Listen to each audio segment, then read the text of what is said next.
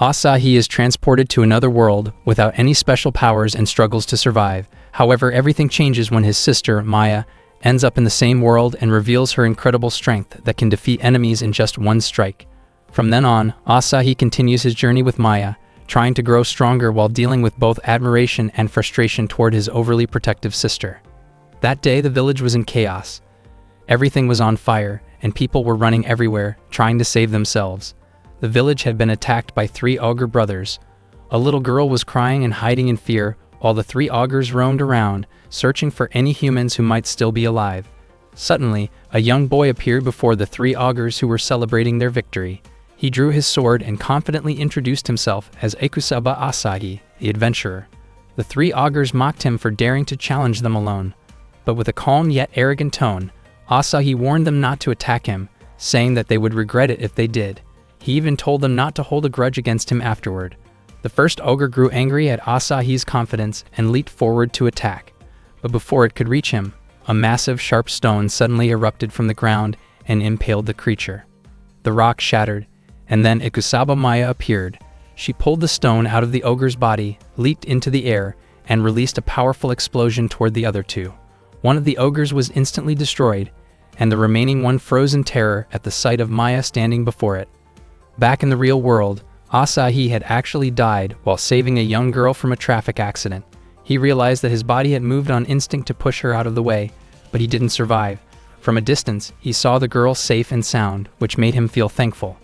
At least it was a happy ending. Even in that moment, he found himself thinking about the upcoming release of Armored Core, which he never got to play. He wondered whether the afterlife had video games too. Then his thoughts drifted to his friends and family, especially his older sister Maya. He started to imagine how she would react when she learned he was gone. Just then, a bright light appeared in front of him and began to pull him in. The light transported him to another world, a place that looked just like something out of a role-playing game. Asahi kept walking, amazed by everything around him, until he accidentally bumped into a man. He quickly apologized, and the man kindly told him to be careful. The place looked like medieval Europe, except everyone was speaking Japanese. When Asahi spotted a guild and a skill shop, he suddenly realized what was going on. After dying in the accident, he must have been reincarnated into a game world. Overwhelmed with excitement, Asahi shouted out loud, drawing confused looks from the people nearby. Realizing how strange he must have seemed, he tried to compose himself. He took out his phone, hoping to take a selfie and upload it, but there was no signal anywhere. Without a way to contact anyone and no money to his name, Asahi decided he'd just have to survive on his own. He went to a pawn shop to sell his phone. The shopkeeper was fascinated by the strange item, calling it a rare find, and offered him 500 coins for it. Asahi used the money to buy a sword and some armor.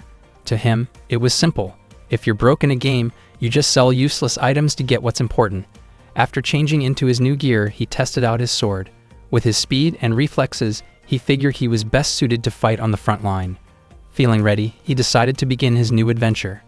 He headed to the guild to register for a quest. The guild receptionist, Thanya, greeted him warmly. Asahi told her he wanted to take on his first mission. Excited to help a new adventurer, Thanya asked if he was nervous, then handed him a registration form. After filling in his name, Thanya helped him choose a beginner quest. She recommended hunting a killer rabbit, saying it was one of the easiest tasks available. Without giving it much thought, Asahi accepted. But as soon as he arrived at the location, he found himself facing a massive wyvern instead of a rabbit. The creature roared and unleashed a wave of fire, forcing Asahi to run for his life. He couldn't believe it. The quest difficulty was way too high for a beginner. He started to think maybe the game system was bugged. Dodging blast after blast, he tried to calm himself down and think of a plan. When he checked his status, he saw that his only available skill at level 1 was Throw Rock. Looking further, he was shocked to discover that he was classified as a non-playable character. A blast from the wyvern knocked him off his feet. With no other option left, Asahi grabbed a rock and threw it in desperation, but his throw barely reached the target. The wyvern drew closer, flames burning in its throat. In panic, Asahi shouted for his sister, calling out Maya's name. In an instant, Maya appeared beside him, asking if he had called her. Seeing her brother alive made her smile with relief. The wyvern attacked again, hurling another wave of fire, but Maya's body effortlessly floated into the air, dodging the flames. She could feel something incredible within herself. Her body felt light, her mind clear, and her power immense. She was certain she had the strength to protect her little brother. With a single strike, Maya defeated the enormous wyvern. Asahi stood there, stunned, watching the creature crumble in just one hit. He couldn't believe what he had just seen. Still catching his breath, Asahi asked how Maya managed to come to this world. Maybe it was some kind of illusion, or maybe anything was possible in a world like this. Maya hugged him tightly, saying how much she had missed him. She gently touched his face and held him close, making sure he was really there, that it was truly her younger brother standing before her. Asahi smiled, realizing without a doubt that the woman embracing him was indeed his real sister, the one who always loved and protected him more than anyone else.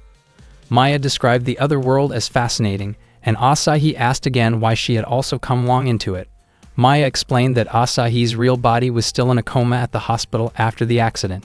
She had been deeply worried because he wouldn't wake up, often murmuring about another world in his sleep, sometimes even smiling happily. That made her form a hypothesis, that Asahi's soul had gone to another world. Because of that, she had tried to follow him there, even if it meant hurting herself to make it happen. Asahi then asked if that meant he was still alive in the real world. Maya reassured him that his consciousness hadn't returned yet, which made Asahi feel relieved knowing that he was still alive. Still, he was puzzled about why Maya was so strong in this world. Maya smiled and said that it was simply the strength of an older sister who deeply loved her little brother. She then shook Asahi's hand warmly. Asahi told her that his time in this world had already served its purpose, and that he wanted them both to return to the real one. Unfortunately, Maya admitted she didn't know how to go back. That made Asahi panic. He couldn't believe Maya had followed him into another world without even knowing the way home. But for Maya, nothing was more important than Asahi's safety. She felt excited and determined to live strongly beside him in that strange new world. Soon after, Maya defeated the third ogre that had destroyed the village, taking it down with overwhelming strength. She couldn't forgive the creature for harming innocent villagers, and even more so because those ogres had mocked Asahi, calling him Shorty. To her, that insult made them deserving of punishment. Maya grew frustrated when she noticed a small cut on Asahi's right cheek. She felt guilty for allowing his smooth skin to get hurt. She offered to heal him with an elixir, though normally such potions were reserved for fighting final bosses. Asahi told her it wasn't necessary, that such a small wound could heal easily. Maya teased him playfully, suggesting that maybe he wanted her to lick it better. Asahi quickly clarified that wasn't what he meant, but Maya seemed amused and didn't take it seriously. The villagers nearby watched the scene between them curiously. The townspeople were grateful that their village was finally safe. A little girl named Anae told everyone that Asahi was the one who defeated all three ogres. The villagers cheered and called Asahi a hero. Asahi was confused as to why Maya's accomplishment was being credited to him, but Maya seemed proud to hear her beloved younger brother being praised. The villagers quickly gathered around Asahi to thank him. Deep down, Asahi knew the real hero was his sister, not him. Later, Thanya congratulated Asahi for his promotion as an adventurer. From the rabbit rank up to the ogre rank, it was considered one of the biggest leaps in rank ever achieved in such a short time. She then handed him the ogre badge. Thanya explained that this badge worked like an identification card issued by the capital, meaning it couldn't be sold or given to others.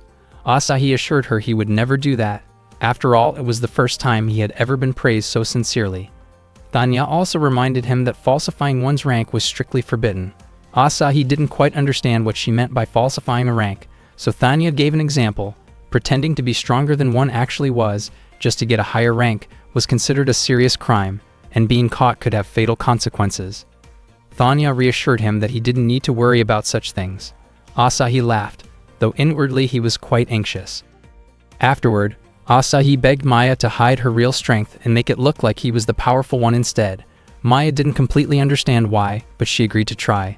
Asahi asked if she could check her status screen or stats, but Maya seemed confused about what he meant. She even thought he was asking about her body measurements. Asahi quickly explained that she just needed to hold out her hand and say status to bring up her panel. But when they tried it, no information appeared on the screen. The display was strange, its color distorted, and Asahi wondered if her power was simply too great for the system to measure. He couldn't help but think how strange it was that his sister, not he himself, had ended up being the strong one in this world. Before they continued, Asahi told Maya to make sure never to show her status to anyone else. It had to remain their secret. Maya agreed, then teasingly added that she was also curious about Asahi's own secret numbers, like how many moles he had on his body. Suddenly, the townspeople began cheering and calling out Siegfried's name. Some of them shouted words of encouragement for the four heroes who were about to face the demon lord. Curious, Asahi asked if those four were famous in that place. Juan, the man Asahi had met earlier at the pawnshop, explained that they were members of the strongest clan in the region called Balmung. He added that this parade was a send-off before they set out to battle the demon lord. That was when Asahi learned that a demon lord actually existed in this world. He thought of it like the final boss in a game. Asahi recalled a theory about reincarnation that said defeating the demon lord might allow someone to return to their original world. Hearing that, Maya confidently declared that she would defeat the demon lord herself, but Asahi doubted it would be that easy. Juan laughed and said that even high-ranked adventurers needed more experience before facing such a powerful enemy. The leader of Balmung, Siegfried the Dragon Hunter, was a Dragon-class adventurer, a rank 2 tiers above Augur class. Asahi was amazed, thinking that one day he wanted to become that strong too. Suddenly, a man named Delin burst into anger, saying that he had always hated Siegfried and calling him an arrogant brat. In his rage, Delin smashed a table in the tavern. The atmosphere turned tense as no one dared to stop him now that Siegfried was gone. Although Delin had been demoted from his previous rank, he was still a former ogre-class adventurer, and aside from Asahi, no one else there had that level of power. People in the tavern recognized Asahi as the young genius who had climbed ranks at an incredible pace. Then, a little girl, the daughter of the tavern owner, ran up to him, pleading for Asahi to avenge her father's restaurant. As soon as the townsfolk heard Asahi's name, they began cheering for him, calling him a hero and chanting his name over and over, begging him to help the girl. Asahi was completely bewildered. He wondered why everyone was relying on him. After all, it would be disastrous if they found out how weak he actually was. Delin sneered and insulted Asahi, calling him short. Maya became furious that someone dared to mock her younger brother, but Asahi quickly tried to calm her down, reminding her that the person in front of them was still a human being. However, Maya declared that she would bombard Delin with spells until he regretted everything he had done. Delin scoffed and challenged them to attack him if they dared. At that moment, Asahi whispered something to Maya, and she nodded, promising to grant whatever request he might have later. Delin grew irritated, feeling mocked as they whispered in front of him. Asahi then taunted Delin, calling him a drunk and saying it was embarrassing that someone like him had been surpassed by a much younger Siegfried. He even asked if Delin had become a coward.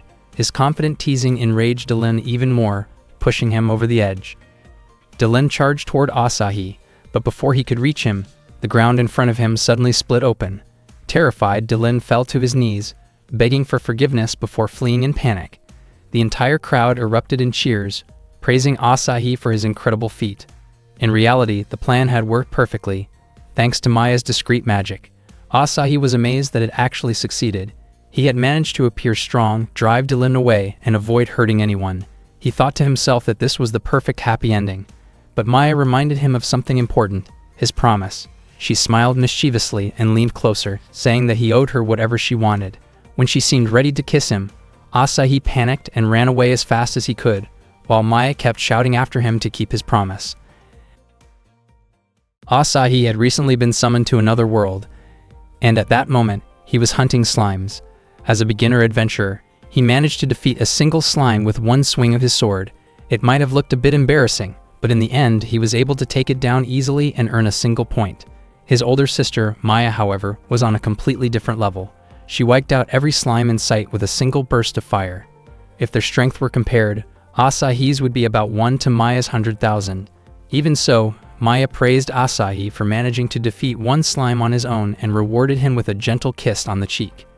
Meanwhile, Balmung was powerless against Kilmeria. Siegfried was stunned. After all, their group had once fought and defeated a dragon.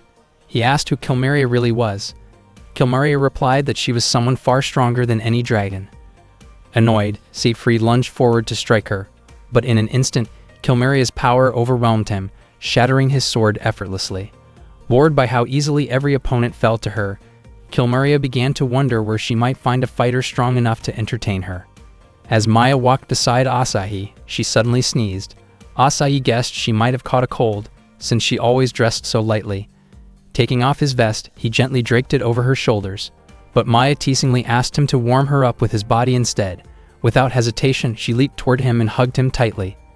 The next morning, Asahi left his room at the inn. He had made up his mind not to keep relying on Maya for everything. He wanted to take on a quest that he could complete by himself. Maya, on the other hand, was overjoyed just to be able to stay by her brother's side, following him even into another world and spending every moment together, from morning till night. She believed Asahi must have felt the same way. Later, Maya noticed how quiet the room next to hers was, the one Asahi was staying in. When she checked, Asahi was nowhere to be found. The only thing left behind was a small note saying that he had stepped out for a bit.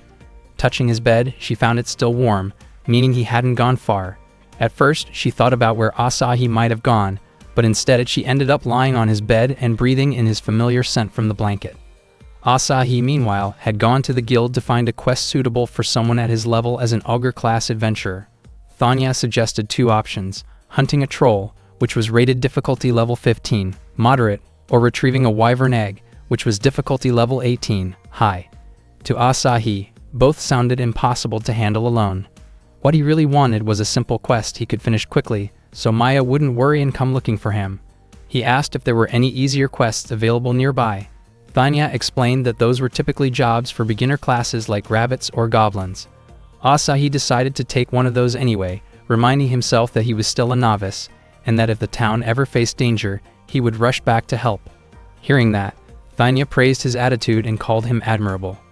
She offered him a simple quest, picking rainbow mushrooms in the Claudio Forest, a level 2 quest meant for beginners. Asahi accepted it, saying that no matter how small a mission might seem, someone still had to do it. He was confident that collecting mushrooms wouldn't require Maya's help. His goal was to complete the quest quickly, earn some experience points, and pay for his stay at the inn.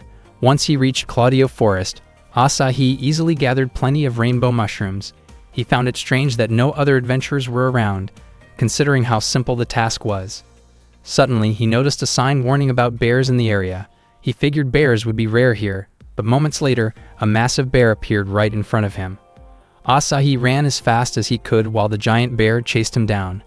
Determined to handle it on his own, without relying on Maya, he threw the mushrooms at the bear, but the creature simply ate them. Just then, a magical explosion struck the bear, blasting it away, and sending Asahi flying through the air until he landed against someone's chest. Judging by the powerful magic and the soft impact, Asahi thought the person who saved him was Maya. Flustered, he quickly apologized for needing her help again, admitting that he just couldn't seem to manage without her. But the person he was holding wasn't Maya, it was Kilmeria. Kilmeria laughed, amused that Asahi had called her his big sister. Realizing his mistake, Asahi quickly stepped back and apologized. Kilmeria told him that being called an older sister didn't sound too bad. In fact, it gave her a strange flutter in her chest. Asahi explained that he had simply mistaken her for someone else and sincerely thanked her for saving him. Suddenly, more bears surrounded them. Panic started to set in, but Kilmeria calmly told him to relax, saying that even though there were many, they were all weak compared to her. As the bears charged, Kilmeria lifted Asahi and tossed him into the air. At that moment, she unleashed her magic, wiping out every single bear in an instant. By the time Asahi landed, Kilmeria caught him effortlessly in her arms. Amazed, Asahi told her she was incredible. Kilmeria smiled and explained that she had been testing her power by hunting bears, and that, as it turned out, Asahi had made a surprisingly good lure. Suddenly, a giant bear-like monster emerged from a crack in the ground, furious after seeing its subordinates defeated by Kilmeria. Asahi was stunned to see the massive bear wearing clothes and speaking in human language. Kilmeria had already guessed that the guardian of the Claudio Forest would appear if she hunted too many of the bears. That guardian was known as the Kaiser Bear. The Kaiser Bear accused Kilmeria of hunting fellow demons just to test her own strength. It called her Kilmeria the Destroyer. Kilmeria simply laughed and took that as a compliment. Asahi, who had only come there to collect mushrooms for his quest, couldn't believe how he had ended up in such a terrifying situation. The Kaiser Bear released its power, and Asahi felt certain that he was about to die. But Kilmeria quickly pulled him close and shielded him. The bear breathed fire toward them, assuming its attack had burned them both. However, Kilmeria had created a barrier strong enough to block the flames. She mocked the Kaiser Bear's fire, calling it weak compared to her own power. Asahi realized Kilmeria had saved him again. Kilmeria said she had to protect her little brother since Asahi had called her big sister. She then unleashed her own flames, an enormous blaze known as Crimson Blaze. The explosion was so powerful that it instantly burned the Kaiser Bear to nothing. Kilmaria had hoped the Great Bear would give her a satisfying fight, but it was defeated in a single blow like all her previous opponents. Feeling bored, she sighed in disappointment. Asahi was shocked by her overwhelming power. He thought Kilmaria's strength might even rival Maya's, or perhaps surpass it. Kilmaria asked if Asahi was hurt, but he said he was fine. Curious, he asked who she really was and whether she was one of the demons people often talked about. Kilmaria told him that she was the leader of the Demon King's army, one of the 6 demon generals known as Kilmaria the Destroyer. Asahi was startled, but Kilmaria assured him that she had no reason to harm the weak. That made Asahi wonder if demons weren't necessarily hostile toward humans after all, especially since Kilmaria had saved him twice already. She laughed and said there was no way a big sister would ever attack her little brother. Then she asked if he knew of an adventurer named Ikusaba Asahi, explaining that his appearance at the guild had been like a comet. His name was well known among adventurers. She said even the 3 Augur brothers and a wyvern had been defeated by him in a single strike.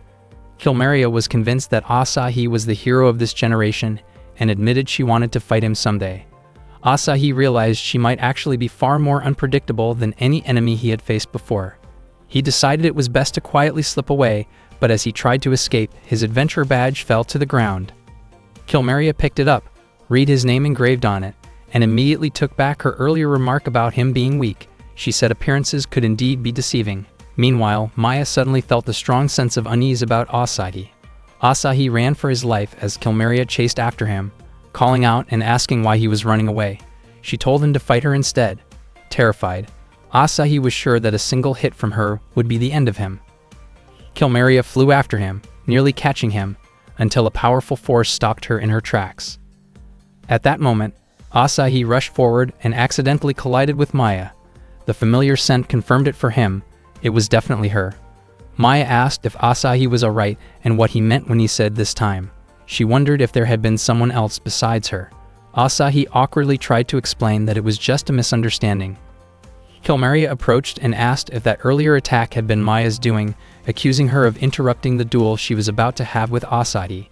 Maya said she had sensed Asahi was in danger and hurried over, realizing her instinct had been correct. She believed Kilmaria's behavior toward Asahi had been inappropriate, saying that Kilmaria's revealing outfit left no other explanation. Maya admitted that Asahi was cute and said she understood why Kilmaria might be drawn to him, though her words left Asahi completely confused. Kilmaria said she only wanted a proper battle with Asahi, but Maya misunderstood and accused her of having indecent intentions. Kilmaria grew annoyed, saying Maya had no right to call anyone indecent when her own outfit was just as revealing. Maya confidently replied that Asahi liked her outfit, which made Asahi flustered and protest immediately. Kilmaria ignored the argument, saying she didn't care who Maya was. What mattered was that she had interrupted Kilmaria's challenge. She then launched an attack. Maya reacted swiftly and blocked it. Their powers clashed, causing a massive shockwave that almost sent Asahi flying. The power between Maya and Kilmaria seemed evenly matched, and it was clear that their battle wouldn't end with just one strike. Kilmaria realized that Asahi's reputation had spread thanks to Maya's achievements, and she felt glad that the fight wouldn't be over too quickly. She then charged at Maya again, while Maya called her a strange woman. The two continued to clash fiercely, unleashing such immense power that stones and trees around them were shattered. Asahi was convinced that their strength was beyond reason. After a while, Maya managed to knock Kilmaria down. Kilmaria admitted that Maya's strength was overwhelming and said she wasn't sure whether she could win if the battle continued. Getting back on her feet, Kilmaria summoned her fiery power called Fearful Flare. Asahi started to worry about Maya, but Maya quickly unleashed her storm power. She successfully blocked the Fearful Flare, sending Kilmaria crashing to the ground. Kilmaria couldn't believe she had been defeated. She asked for Maya's name, and Maya introduced herself as Ikusaba Maya. At that moment, Kilmaria realized that Maya was actually Asahi's older sister. She then told Maya to finish her off, but Asahi suddenly stopped her. Maya asked if Asahi wanted to land the final hit himself to earn more experience points. Asahi replied that he wasn't that cruel. He reminded Maya that Kilmaria had saved him twice from monsters, and that even though Kilmaria was the leader of a demon army, she wasn't an evil person. Maya was surprised that Asahi would let Kilmaria go, considering she had once tried to take advantage of him. Asahi pointed out that Maya was the one who clung to him every day, but Maya insisted that it was simply normal physical contact between family members. Asahi continued defending Kilmaria, which made Kilmaria ask if he was pitying her. Asahi then told her that older sisters should sometimes listen to their younger brothers. After that, he invited Maya to head home. Maya asked which one of them, Kilmaria or Asahi, had been mistaken about the other. But Asahi quickly changed the subject, saying he would cook dinner for them. Maya happily said that she would enjoy anything her brother made. Asahi then mentioned that he planned to cook mushrooms for dinner. Kilmaria commented that the two of them were quite an interesting pair of siblings. Asahi explained to Maya who Kilmaria really was. Maya admitted that Kilmaria was unlike any monster they had encountered so far and acknowledged her strength. Asahi praised his sister for defeating Kilmaria all by herself, and then asked why she hadn't run out of magic points after such an intense battle. Maya claimed she was fine, but then suddenly said that her magic power was completely drained and that she couldn't walk anymore, so she asked Asahi to carry her. Asahi suspected she was pretending since she had looked perfectly fine moments ago. He ended up calling Kilmaria for help. That night, Asahi and Maya shared dinner together. They ate rainbow mushrooms, and after taking a bite, Asahi was surprised by how delicious they were. Maya said it was only natural, since Asahi had risked his life to pick them. Asahi admitted that he thought it would be a much easier mission at first. He then asked Maya why she named her powers Big Sister's Flame and Big Sister's Storm, saying those names sounded too simple compared to Kilmaria's dramatic attack names like Crimson Blaze and Fearful Flare. Maya confidently replied that even if her attack names were simple, her strength was in no way inferior to Kilmaria's. Then she thought of a cooler name, Big Sister's Hurricane.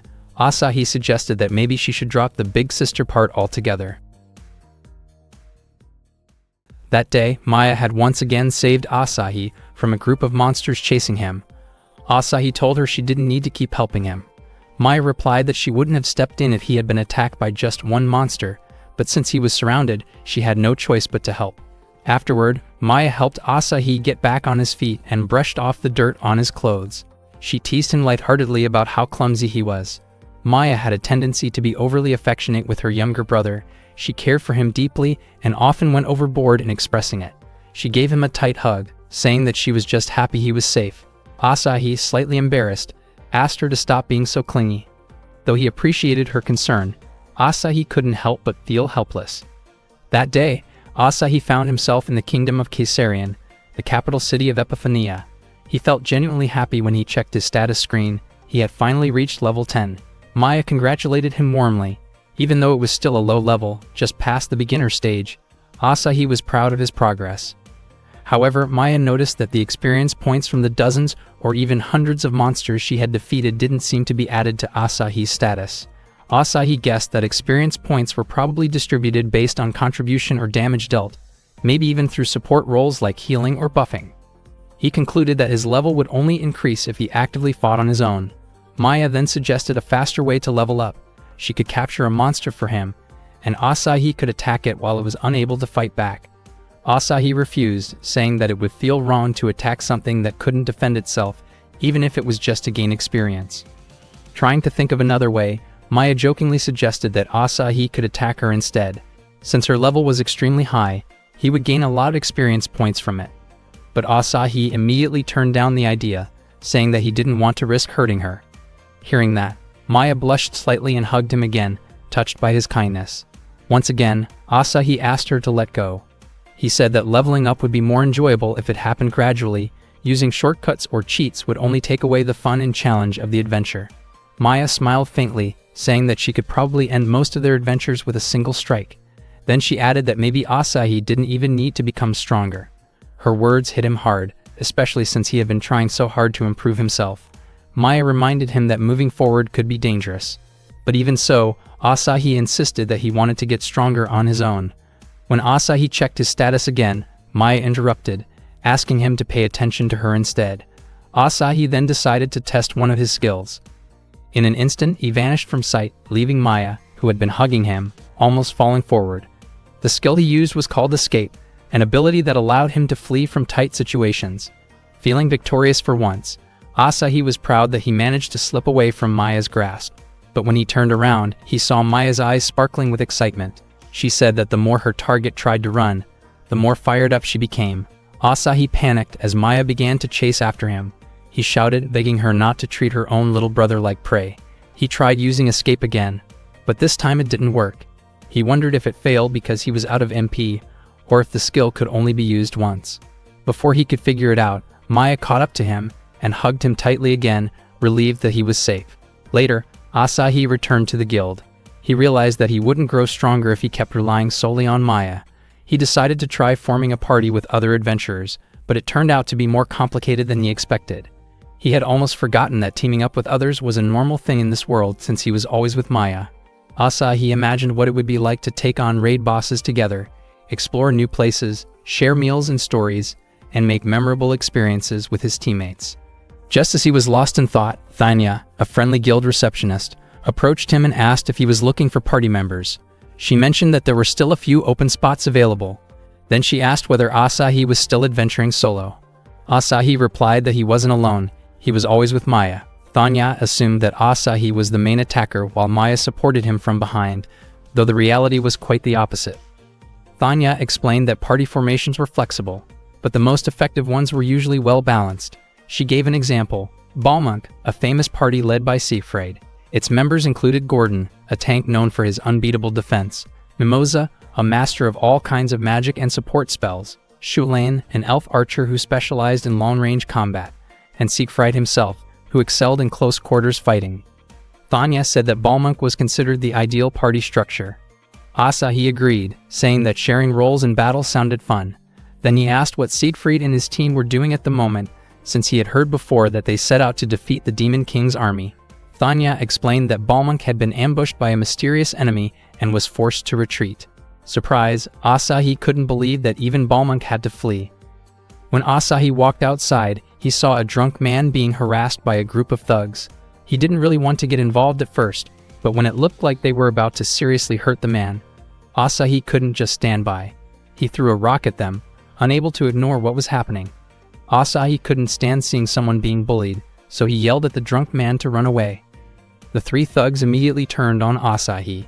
He planned to use his escape skill once they got close, but before he could do anything, the drunk man suddenly fought back and took them down effortlessly. Asahi was stunned. That man had just taken out three thugs in a blink. He couldn't help but wonder who he really was.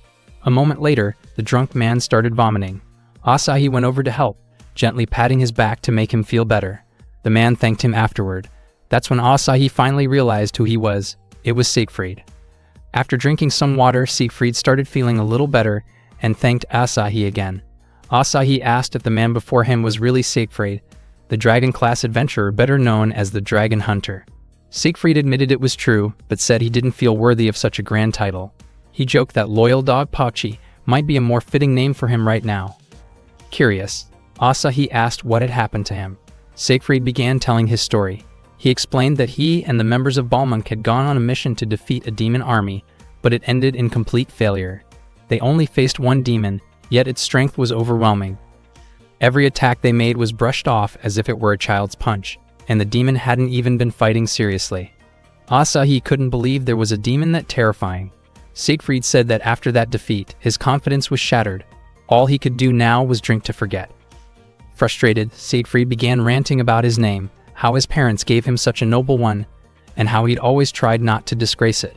He used to act cool just to cheer himself up, and before he knew it, he had taken on missions to fight demons.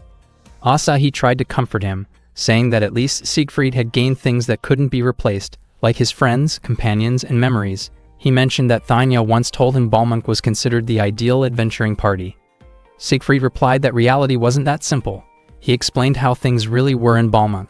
Mimosa loved to party and spent the clan's money at host clubs. Shulain, being over 150 years old, constantly scolded him with an air of superiority. Gordon was extremely shy and refused to talk. Siegfried had never even seen his face.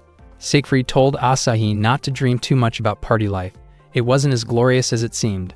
Still, he admitted that after Balmunk disbanded following their defeat, he actually felt a bit relieved. Traveling solo suited him better. Asahi then asked if teamwork in a party was important, about how protecting and being protected by others might be the key to surviving. Siegfried said that maybe that was true. Asahi then said his goodbye. Siegfried smiled a little and admitted that once upon a time, he used to think like Asahi, just wanting to help whoever was in trouble right in front of him. Back at the guild, Asahi decided to apply to join a party. Thanya quickly approached him, saying it was perfect timing because there was an emergency mission, a group of wyverns was attacking a village outside the city. Since all the high-ranked adventurers were away, she begged Asahi to take the job, especially since he had experience fighting wyverns before. Asahi said he needed to return to the inn first to get ready, but Thanya told him there was no time and that she would escort him straight to the location. She pushed him into the horse carriage, and once they arrived, the carriage immediately left. There Asahi suddenly found himself face to face with 3 wyverns. Unfortunately, he had no escape options and no speed skills available. Panic set in as one of the wyverns lunged at him, but before it could strike, a powerful force obliterated all of them in an instant. That power came from Kilmeria. She greeted Asahi, teasingly calling him the unlucky young man. Asahi recognized her and said her name. Kilmeria smirked and teased him again, asking why he didn't call her big sister. Asahi thanked her for saving him once more. Kilmeria replied that he was just too weak, so of course she had to help. Asahi muttered that it wasn't that he was weak, it was just that Kilmeria and Maya were way too strong. Curious, he asked why Kilmeria was there. Maybe she was testing her powers against monsters again? But Kilmeria said she had actually come to return his adventurer badge. Asahi suddenly remembered he had dropped it earlier and thanked her sincerely. Just as Kilmeria was about to explain her real reason for being there, a few more wyverns appeared. Before she could act, Maya shouted out her attack, calling it Thunder Big Sister, and in an instant all the wyverns were wiped out. It turned out that Kilmeria's real intention was to have a rematch with Maya. Unfortunately, Maya completely ignored her. She was far more worried about Asahi's condition, calling him reckless for taking down a wyvern on his own without her. Maya then told Asahi that they should head home, dismissing Kilmeria altogether. Kilmeria called out to them, and Maya responded by addressing her as the half-naked woman, saying that Kilmeria's outfit was harmful to Asahi's eyes. She told Kilmeria to stay out of Asahi's sight. Kilmeria, unwilling to back down, pointed out that Maya's own outfit was revealing too, showing her midriff. Maya replied that her outfit was chosen by Asahi since he liked the look of bikini-style armor. Asahi quickly shouted for them to stop dragging him into their argument, but that only made Kilmeria think he might actually have that kind of taste. Kilmeria insisted on having a rematch and claimed that she would not lose to Maya this time. Maya, confused, asked why she even needed to fight her again. Kilmeria said that one didn't need a reason to fight. It was simply to see who was stronger. Maya sighed, saying that sounded troublesome and that she didn't want to bother with anything that didn't involve Asahi. Kilmeria, frustrated, decided to take Asahi hostage. Asahi was completely confused by what she was doing. Kilmeria told him to pretend to cry and beg for help so that Maya would agree to fight her. Suddenly, Maya appeared right above Kilmeria, ready to strike. With a single punch, she knocked Kilmeria out instantly. Maya then turned around and told Asahi they should go home. However, Kilmeria quickly grabbed Maya's leg, tripping her. She demanded that Maya fight her and even called her indecent. In the middle of their scuffle, a wyvern suddenly appeared and snatched Asahi, carrying him high into the sky. Seeing Asahi in danger, both Maya and Kilmeria immediately went after the creature. Maya launched her Thunder Break attack, destroying the wyvern in a single strike. When the wyvern exploded, Asahi began falling, but Kilmeria swooped in and caught him just in time. Kilmeria praised Maya for attacking without hesitation, and Maya was surprised to see that Kilmeria could actually fly. She said she was glad to leave Asahi in the hands of someone capable. Kilmeria was taken aback that Maya would trust her, considering she was one of the 6 demon generals. Asahi couldn't help but think that Maya and Kilmeria were actually quite similar. Maya told Asahi they should head back, but before they could, Kilmeria grabbed Asahi again. She challenged Maya to fight her once more, promising that this time she wouldn't be careless. Asahi quickly used his escape skill and slipped free from Kilmeria's grasp. Surprised, Kilmeria asked since when he had learned teleportation magic. She admitted that maybe he could have survived even without her help, but Asahi told her that if he couldn't concentrate, his skill wouldn't work, so she really had saved him. Maya said she thought Asahi had managed that landing on his own, with Kilmeria just happening to be there. Kilmeria commented that the two of them were an interesting pair, saying Asahi wasn't just weak like he seemed. Maya proudly added that Asahi wasn't only adorable, but also improving day by day. Kilmeria decided to end things there, saying she would take her leave for the day. Asahi looked at Maya's face, prompting her to ask if something was on it. Asahi simply thought to himself that all he really needed was Maya. Maya was deeply moved by his words. She hugged him tightly, saying that she also only needed him, and that she wanted them to always be together. However, what Asahi actually meant was that he needed her in his adventuring party. Unfortunately, Maya misunderstood and thought he was talking about a celebration. Maya happily said that they would have a party that night, just the two of them, and cheerfully added that she wouldn't let Asahi sleep at all. That night, Thanya told Asahi about a house that used to be built by Lord Midnight for his servant. The house was located in a noble residential area of the Caesarian kingdom, but ever since it had been left unoccupied, people often heard strange noises and screams in the middle of the night. A creepy rumor spread that the house was haunted by an evil spirit called a wraith. When Asahi came to the guild, Thanya noticed his expression and guessed that he had probably run out of money for his inn again. Her guess was right. Asahi asked for a well-paying mission. Thanya asked if he had been staying at the inn with his sister ever since they arrived in the city. Asahi said he really wanted to have his own base, since having a base was very important in any MMO, massively multiplayer online game. Thanya then recommended a mission that might suit him.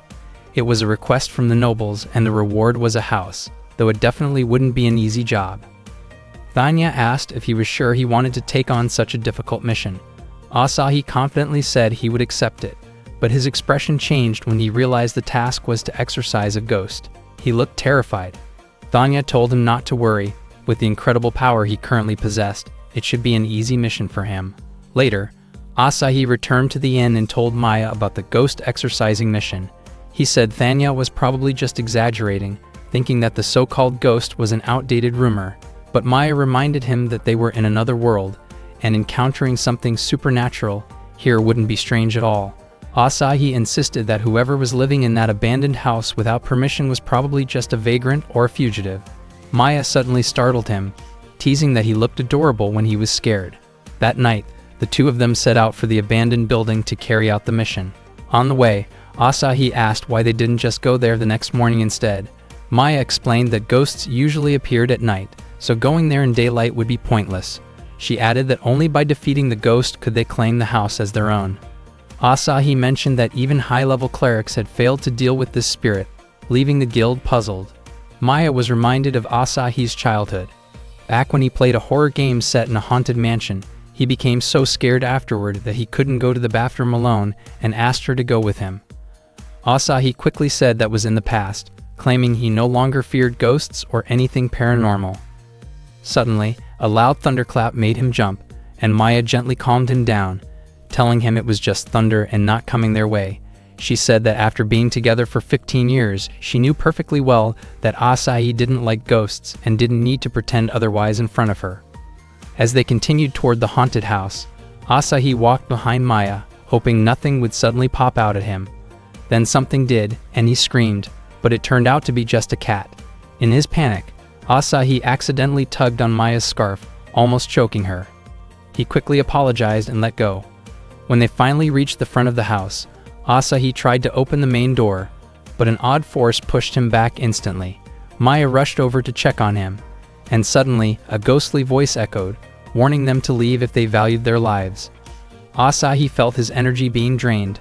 It was the ghost's skill. The voice confirmed his suspicion, saying it could absorb the life force of anyone who entered the house. Maya stepped forward to try dealing with it, but Asahi stopped her, afraid that the ghost might drain all of her power. However, the spirit tried to absorb Maya's energy and failed. Her power was so overwhelming that it ended up being released back. Maya easily opened the door afterward, and they stepped inside. The place looked like it needed cleaning, but it already had furniture. Maya said the house was actually pretty nice, and Asahi agreed, noting it was spacious enough for the two of them. Maya's mischievous thoughts surfaced. She said that unlike the inn, here they would have no neighbors, so they could live freely. Asahi told her that her imagination was scarier than the ghost itself. He commented that Maya didn't seem to have any fears. Maya paused for a moment, then admitted that she actually did have one fear. Asahi thought he was finally going to learn her weakness, but Maya teasingly said that her greatest fear was Asahi himself, especially if he ever tried to corner her. Asahi was annoyed and told her that even if they got the house, she was forbidden from doing anything like that. Maya burst into laughter, asking where the ghost had gone. She didn't believe it had simply vanished after failing to absorb her power. She suspected it was hiding somewhere and began checking the corners of the room, but found nothing. Asahi muttered that hopefully there wouldn't be any poltergeist activity. Suddenly, a chair flew across the room and hit him, knocking him back. Maya quickly helped him up and gave him a potion to recover. She told him to be careful. Suddenly, plates flew through the air and hit Asahi. Maya quickly gave him a high potion to heal his injuries faster. She told Asahi to be careful, convinced it had to be the work of a mischievous evil spirit. A cat-headed doll suddenly moved on its own and slammed into Asahi, and Maya hurried to give him a last elixir. But Asahi said she was overreacting for something that barely caused any damage. Maya replied that she was just extremely worried about him. Because she was so protective, she had bought way too many potions, which explained why her money kept disappearing so fast. She then shouted at the evil spirit, demanding that it stop attacking from the shadows and show its real form. The spirit laughed, revealed itself, and announced that it would face her directly. Asahi was shocked when the spirit appeared and instinctively grabbed onto Maya out of fear. Maya became excited and teased Asahi for being flustered, gently squeezing his head and refusing to let go. The evil spirit, who introduced himself as Malvicanth, launched an attack at both of them. Maya blocked it instantly, surprising Malvicanth, who couldn't believe she had stopped his magic with nothing but her voice. Maya was angry because he had frightened Asahi, and she declared that Malvicanth deserved severe punishment for that. She began preparing to unleash her power to send Malvicanth away for good, but Asahi quickly reminded her not to destroy the house in the process. He was worried that if they fought seriously, the entire building would explode, and he'd end up drowning in debt and forced to take illegal work to pay it off.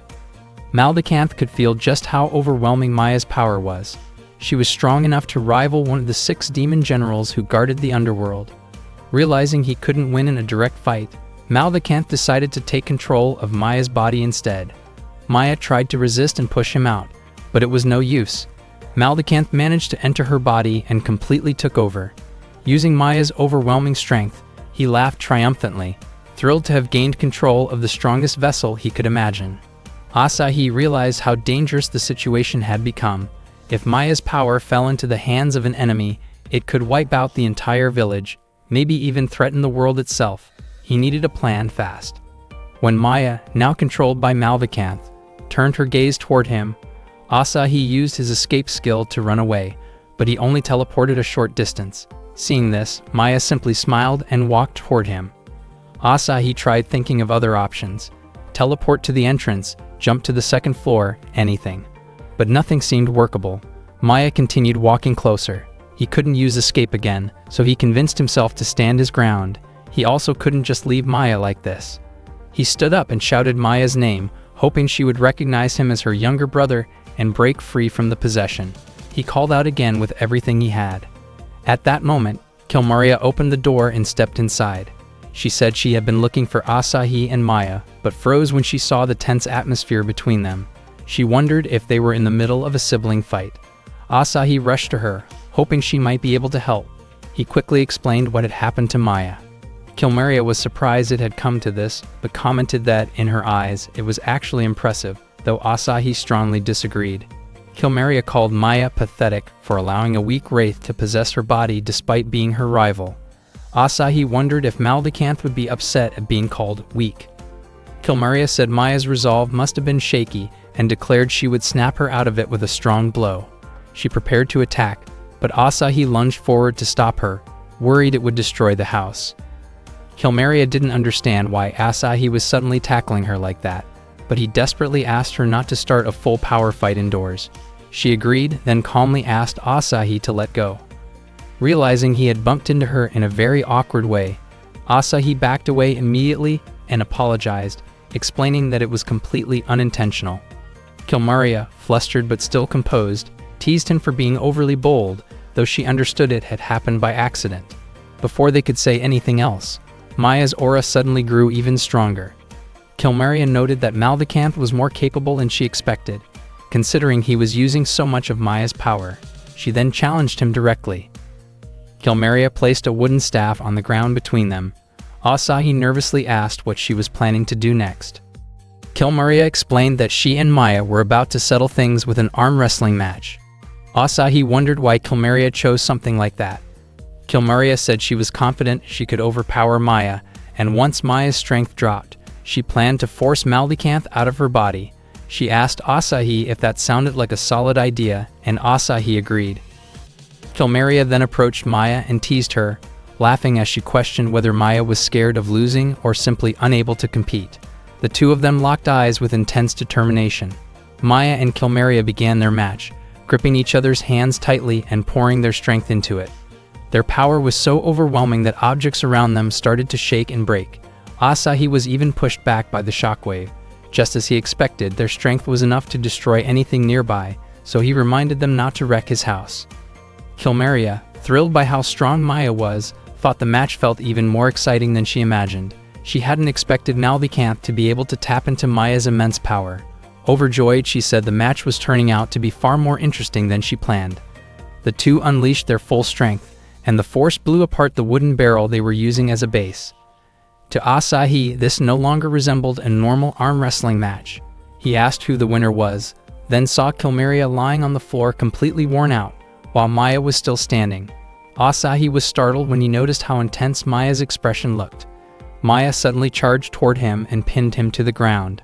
Asahi could feel how unbelievably strong she was. He told himself he couldn't lose to Malvikanth. He yelled for Malvikanth to leave Maya's body and declared he would never allow that spirit to take over the sister he cared about more than anything. Hearing that caused Maya's heart to race, and the sudden emotional surge forced Malvikanth out of her. Seeing this, Asahi asked if the spirit had been purified. He quickly called Maya's name, but Maya suddenly jumped toward him again. Asahi realized that Maya had returned to her usual behavior, energetic, dramatic, and overly affectionate, in a way that often made him uncomfortable. Maya teased him, saying she had no choice but to tackle him because the spirit had supposedly controlled her. She apologized, then admitted she actually hadn't been possessed. Malvikanth had tried, but Maya's own strength was much greater. Kilmeria had actually noticed from the start that Maya was acting. Asahi grew frustrated, wondering why Maya would joke like that when he had been genuinely worried. Maya apologized once more and said she came back to her senses because of him. Asahi asked her not to make jokes like that anymore since the spirit was already gone, and he suggested they return to the guild to make their report. Maya and Asahi left the house. After the two reported back to the guild, the house officially became theirs. They cleaned every corner of it. Maya was thrilled to finally have a home, and Asahi felt deeply grateful as well, because they finally had a place that belonged to just the two of them. That day, Asahi and Maya were exploring a long corridor. As they walked, Asahi accidentally pushed a section of the wall, which turned out to be a hidden switch. Maya assumed the wall was damaged, but Asahi believed it was similar to mechanisms found in dungeons. He asked Maya to step back. Suddenly, a massive boulder rolled toward them. Asahi realized it was a stone trap. Maya found it surprisingly exciting. Asahi tried to calm himself down, reminding himself that he was a proper adventurer. He spotted a door and prepared to run toward it, but Maya stayed where she was. Instead of retreating, she faced the boulder head-on and shattered it in an instant with a single kick.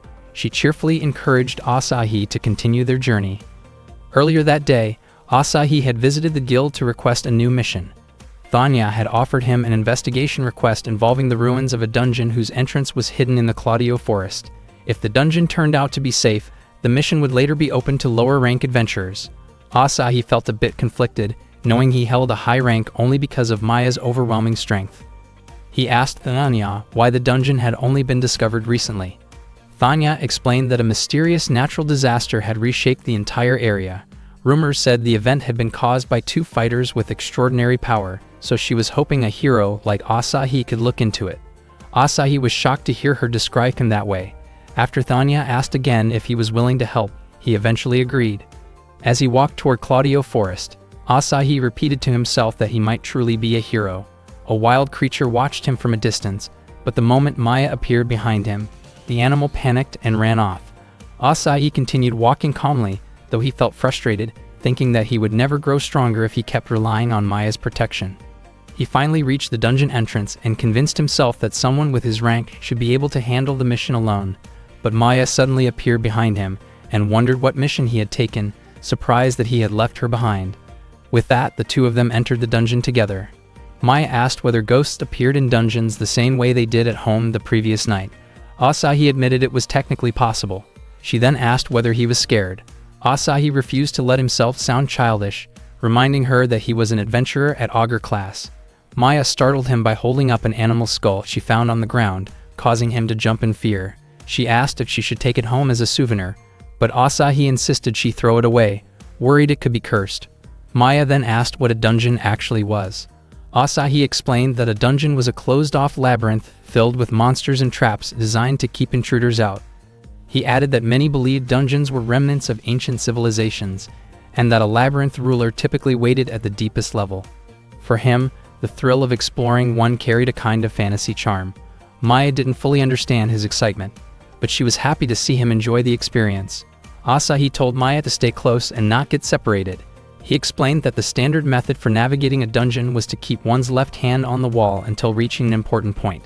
The moment he placed his hand on one side of the wall, arrows suddenly shot toward him, but Maya swiftly destroyed them. Asahi identified it as a trap. Maya asked if he was alright, and after deciding the path was too dangerous, Asahi asked her to let him take the lead.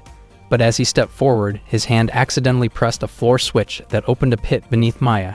She nearly fell into a chamber filled with sharp metal spikes, but she caught herself and jumped back up effortlessly. Asahi felt that the way she moved was far beyond normal human technique. They continued walking hand in hand until they found a door. Once they stepped inside, the air suddenly grew much colder.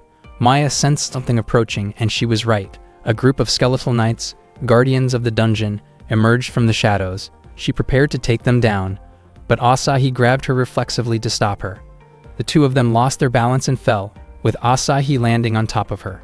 He quickly apologized, and Maya grew flustered in a way that suggested she had misunderstood the moment. Asahi reminded her that using powerful magic inside a fragile dungeon could cause the structure to collapse. Since Maya could not use her magic safely, Asahi resorted to his stone-throwing skill. However, the skeletal knights possessed a deflecting ability and knocked the stone right back at him. Maya swiftly caught and crushed the stone before leaping forward and delivering a powerful kick that reduced the knights to harmless fragments. Asahi realized once again that even without magic, Maya's strength was tremendous. Maya encouraged him to continue deeper into the dungeon. They eventually reached the innermost chamber, but no dungeon ruler was present. Asahi wondered if this mission would end without a boss battle. Suddenly, 3 bear cubs appeared. Asahi recognized them as the children of the Kaiser bear that Kilmeria had once defeated. One cub jumped into Asahi's lap and affectionately licked him. Asahi grew worried that if the dungeon was open to other adventurers, the cubs would be in danger. Maya asked what Asahi planned to do. He concluded that the dungeon was unstable and likely to collapse eventually. Because of that, he recommended that it should remain closed. Maya agreed, and the two of them prepared to return. They finally returned to the forest and took in the fresh air. Asahi felt that the adventure they had just gone through was pretty thrilling. Maya then wondered if Asahi understood the psychological effect of crossing a suspension bridge together. She had heard that when a man and a woman face danger side by side, they become more likely to develop romantic feelings. She even implied that the dungeon they had explored was the perfect setting for that kind of atmosphere. Maya moved closer, hoping to create a moment with him, but Asahi felt uncomfortable and politely asked her to give him some space. He grew frustrated and wished Maya would stop treating him like a little kid.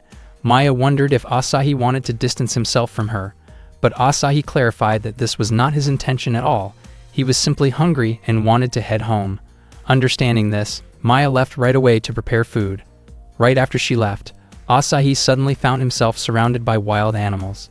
Thankfully, with his escape skill, he managed to sprint out of the forest as fast as he could.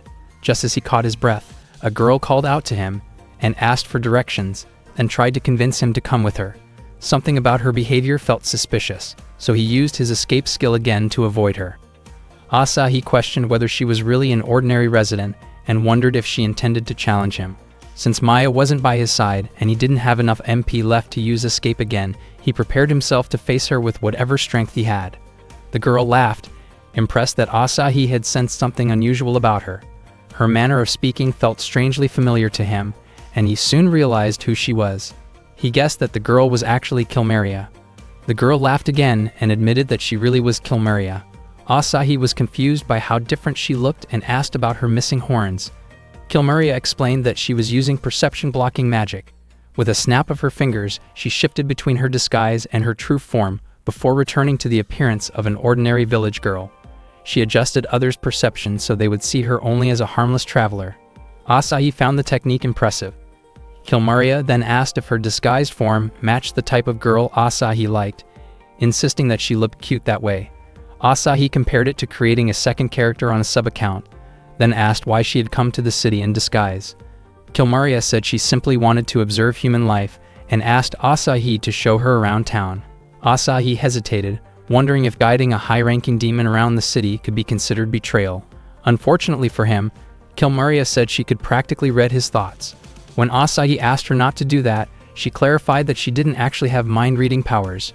She was simply fascinated by humans after meeting Asahi and Maya and wanted to understand their world better. She wondered if that curiosity was unacceptable. Asahi told her he believed he could trust her, which made her genuinely happy. They walked through the city together. Asahi admitted he didn't really know many interesting places. Kilmaria, however, was delighted by almost everything. She pointed out how many physically weak humans were walking around and commented on the number of tall buildings everywhere. Asahi took Kilmaria to a large bridge, the first she had ever seen. She was eager to cross it and remarked that humans were so easily troubled, since they needed bridges just to cross rivers. Later, Asahi guided her to a tall tower where she admired the impressive scenery. Noticing Asahi fall silent, Kilmaria wondered if he was thinking about Maya. Asahi suspected she was trying to read his mind again, but Kilmaria admitted she was simply curious. She asked if he and Maya had been arguing. She was surprised, since even siblings as close as Asahi and Maya could still clash. Asahi told her that disagreements were normal because humans were complicated.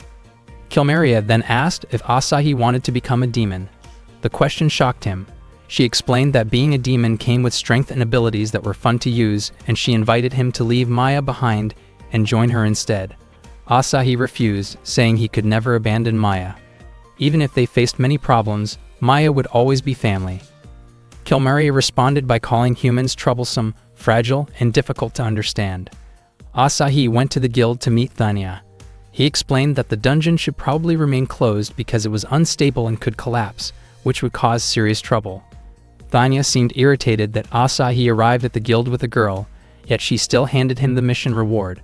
Asahi thanked her politely, while Kilmaria teased Thanya, which only made Thanya more upset before she walked away. Asahi scolded Kilmaria afterward because he worried that Thanya might misunderstand the situation. They went to a local eatery, and once the food arrived, Asahi suggested a small toast. They finished their meals, and Kilmaria ate with noticeable enthusiasm. Asahi couldn't help thinking that if people realized a high-ranking member of the demon army was sitting there, adventurers from the entire guild might rush in to confront her, and he wouldn't even know whose side to take. Kilmaria asked for a refill on her drink, and once she was satisfied, she invited Asahi to head out. Asahi quickly picked up the mission reward he had earned. Even though gathering it had been difficult, he planned to use it to treat Kilmaria. When Kilmaria reached the exit, the shop owner asked her to pay. Not understanding the concept of money, she seemed confused. Asahi suddenly realized she lacked basic human world knowledge. Kilmaria almost escalated the situation with the shop owner out of frustration, but Asahi stepped in just in time and assured the owner that he would cover everything. On their way home, Kilmaria complained that the shop owner had been rude for asking her for compensation. Asahi explained gently that when someone stayed in a person's home, they followed the household's way of doing things, and when someone stayed in the human world, they followed human rules. Kilmaria accepted this, while Asahi privately wondered why all the women around him always acted so boldly. Kilmaria said humans were troublesome, and then laughed when she noticed how cute Asahi looked when he was annoyed. They suddenly ran into Siegfried, who asked if Asahi was on a date. He introduced himself to Kilmaria and reached out to shake her hand. The moment their hands met, Siegfried sensed an overwhelming and unsettling aura from her. Shocked, he asked Asahi who she really was. Asahi insisted she was just a friend. Siegfried, growing pale and dizzy, excused himself and hurried away. Asahi hoped Siegfried would feel better soon, while Kilmaria immediately hugged Asahi and urged him to drink more with her back at his home. When they reached Asahi's house, Kilmaria remarked that it looked clean. She suggested that they surprise Maya with their appearance, and Asahi followed her idea. Asahi opened the door and greeted Maya. Maya welcomed him back and mentioned that she had prepared dinner. However, she was startled when she noticed he had returned with a girl. Kilmaria claimed she was dating Asahi and introduced herself as Maria. Without hesitation, Maya tapped Kilmaria with a broom in a scolding manner. Asahi, surprised, said Maya was being too harsh. Maya asked why Kilmaria was pretending. Asahi realized that Maya had already seen through her disguise, explaining that even though Kilmaria had changed her appearance, her unusual aura could still be sensed. Kilmaria acknowledged Maya's sharp perception, saying Maya had broken through her perception-blocking spell with ease. Kilmaria became irritated that Maya had scolded a guest like that, while Maya challenged her again, though neither acted violently. Asahi quickly stepped between them and reminded them that fighting inside the house could damage their home. He encouraged them to get along. Maya agreed, since it was what Asahi wanted. She then asked where he had been all this time, because she had already cooked and waited for him. The dinner Maya prepared looked delicious, but Asahi was still full from his earlier meal with Kilmaria. When Maya noticed him hesitating, she wondered if he didn't feel like eating. Kilmaria snapped her fingers, and Asahi suddenly felt hungry again. He realized that she had used magic on him. She then invited him to eat, but Maya reminded Kilmaria firmly that the food was meant for Asahi and that Kilmaria should head home. Maya explained to Asahi that taking care of someone was difficult, so he shouldn't casually offer resources without thinking. Feeling unfairly treated, Kilmaria sulked, saying she felt like Maya was treating her as if she were some stray creature. She insisted she didn't want to leave because she wanted to try more human food. Asahi pleaded with Maya to allow Kilmaria to eat with them. Maya eventually agreed, and the three of them ate dinner together.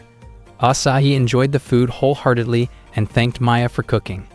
He explained that Maya had always been good at cooking and had made meals for him since long ago. Kilmaria admitted that Maya's presentation skills were impressive, but said she wasn't convinced about the taste yet. After trying it, she was surprised by how good it was. She praised Maya's cooking and said she wanted to come again to try more human dishes. The two women exchanged lively comments, and the dinner table grew pleasantly energetic. That day, a nun told peaceful Safi that she would one day meet a hero, and she was asked to support that hero so the world could be saved. Sophie wondered what the hero would be like. The nun explained that the hero would be strong, kind, and humble. Sophie pictured that a hero must be someone truly remarkable. Meanwhile, Asahi was fighting a wolf. When the wolf leaped in to attack, Asahi swung his sword and struck it cleanly, causing the wolf to fall and collapse. Maya, who was watching from nearby, praised Asahi for his strength. To Asahi, hunting wolves was already getting easier, but suddenly a massive wolf appeared, leaving him terrified. Just as the giant wolf was about to strike him, Maya rushed in to help. She released a powerful quake-like ability that split the ground open and buried the giant wolf in an instant. Maya praised Asahi for being able to hunt wolves on his own and said he was clearly growing stronger. Asahi, however, admired Maya's ability to defeat a massive monster with a single strike. Her power still felt like a cheat to him. He wondered how it was possible that they were both summoned to another world, yet their abilities were so different. He started thinking about whether he could awaken some kind of hero power within himself and become unstoppable. Maya worried that Asahi might be injured and offered him a double X potion, but Asahi explained that it was only a minor scratch. Maya then wondered if the wound could heal with just a simple treatment and eagerly offered to help him in a playful, overly enthusiastic way. Asahi felt uncomfortable with how intensely she behaved and quickly ran off, using his escape skill to get away. After he managed to flee, he wondered if maybe this was a sign he had indeed grown stronger. But suddenly he came face to face with three people walking toward him. Their arrogant attitude irritated him, and while trying to pass them, he accidentally bumped into Safi, causing her to fall. Asahi looked at her and found her incredibly cute. He immediately reached out to help her up and asked if she was okay. Safi stared at him in awe, momentarily speechless. When Asahi asked again if she was hurt, Sophie apologized, thinking she hadn't been careful, but Asahi admitted he was the one who hadn't paid attention. To Sophie, Asahi matched the description of a hero perfectly: kind, strong, and humble. When she noticed his injury, she prayed to the gods to heal him. His wound vanished completely. Asahi realized it was a healing spell and asked if she was a healer. Safi introduced herself, and Asahi thanked her and introduced himself in return. The three arrogant adventurers called out for Safi to hurry up. Safi rushed to follow them, and it was clear they treated her poorly. It seemed they were heading to a dungeon because one of them mentioned how important a healer was for exploring. They appeared to be after some treasure. Asahi figured they must be her party. Suddenly, Maya reappeared behind Asahi and prepared to fuss over his injury again, only to be surprised that it had already healed. Asahi explained that the healer girl he had just met was the one who fixed it. Maya asked what a healer was, and Asahi explained that healers specialize in curing wounds and negative conditions like poison or paralysis, though they usually aren't strong attackers. Maya commented that healers were incredibly useful, like a walking recovery potion. Asahi reminded her not to treat healers like tools, because that could lead to complaints from healers everywhere. Maya still insisted on checking the spot where his injury used to be, even though it was already healed, and Asahi struggled to get away from her. Later, Asahi arrived at the guild, where Thanya urgently asked him to help rescue a party that hadn't returned from a dungeon. She explained that rumors of buried treasure in the dungeon at the mountain's base had drawn many adventurers there. But the monsters inside were too strong, forcing everyone to retreat, except for one party that never came back, a group known as the Black Brigade. Asahi suddenly realized that it was Sophie's party. Inside the dungeon, Sophie managed to escape the labyrinth alone. All her party members had been defeated by a powerful monster. The creature captured her with one of its long limbs, and she desperately cried out for help from the gods or a hero. Asahi rushed toward her, and a strike from his sword cut through the creature's limb. He leaped forward to catch her safely and asked if she was alright. Sophie immediately recognized him and believed even more strongly that he was the hero meant for her. But there were far more monsters approaching. Maya stepped in and defeated them all with a single overwhelming blow. Sophie later regained consciousness and found her fallen party members beside her. She remembered how Asahi had saved her and felt certain that he was the hero she had been destined to meet. She felt grateful to have finally found him, though she didn't know where he had gone because he left quietly without saying anything. She admired how humble he was. Suddenly, her staff slipped from her hand and released a gentle light, signaling the direction where Asahi was. Sophie wanted to meet him right away to thank him properly, but she realized she needed to clean herself first, as her body was covered in sticky monster residue from the battle. Asahi and Maya headed to a diner to eat. Asahi still could not stop thinking about Sophie. Maya asked why he had not waited for Sophie and the others to wake up, since he might have received a reward. But Asahi said he could not stay because his body was covered in sticky residue and smelled strange. Even though he had finally met a heroine, he did not want to be seen in that condition. Maya casually replied that she would still love him no matter how messy he looked. Suddenly, Sophie's staff appeared nearby, and Sophie greeted Asahi, surprised that they happened to meet again. She called Asahi a hero and explained that she had been looking for him. Asahi did not understand why she kept calling him that. Sophie explained that he was a hero because he had saved her and the others, even though it was actually Maya who had rescued them from the man-eating plant. Asahi asked whether Sophie had been looking for him only to thank him, but it turned out that she also wanted to become his teammate. Sophie told him that ever since she was young, her mother, who had been a priest, often said that one day Sophie should support a hero and help that hero save the world. That idea had become her dream. Asahi had assumed Sophie was quiet and reserved, but she turned out to be surprisingly determined. She believed that this was the right moment to make her dream come true, and she thought all of it was fate. Asahi tried to think about it without getting lost in the talk about heroes and destiny. Having a healer on the team would actually be incredibly helpful, and Sophie was undeniably cute. He gladly accepted the idea, but explained that he needed to talk it over with the rest of his group first. Sophie immediately went to greet Maya and introduced herself. Asahi worried that Maya would not be friendly towards Sophie, but Maya was actually impressed because Sophie praised her younger brother and called him a hero. Asahi realized that Maya tended to be kind to anyone who acknowledged him positively. Suddenly, members of the Black Brigade arrived, saying they had been searching for Sophie. They blamed her for making their reputation decline.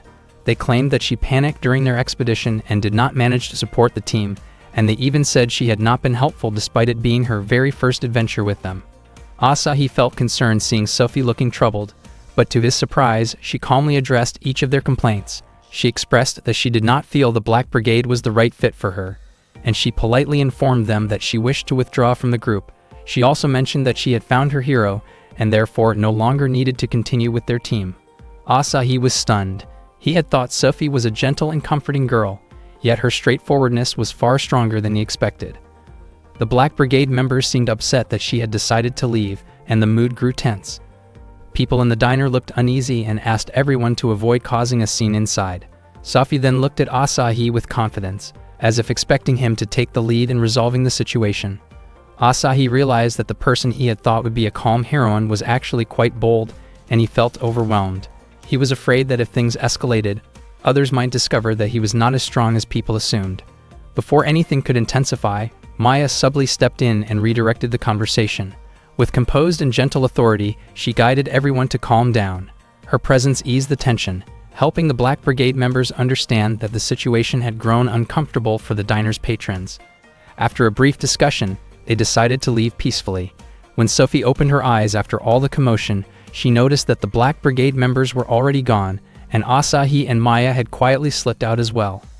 Meanwhile, Asahi and Maya managed to get away from the diner, and Asahi felt relieved thanks to Maya's help. Maya asked why he did not seem to like Sophie despite her wanting to join their team.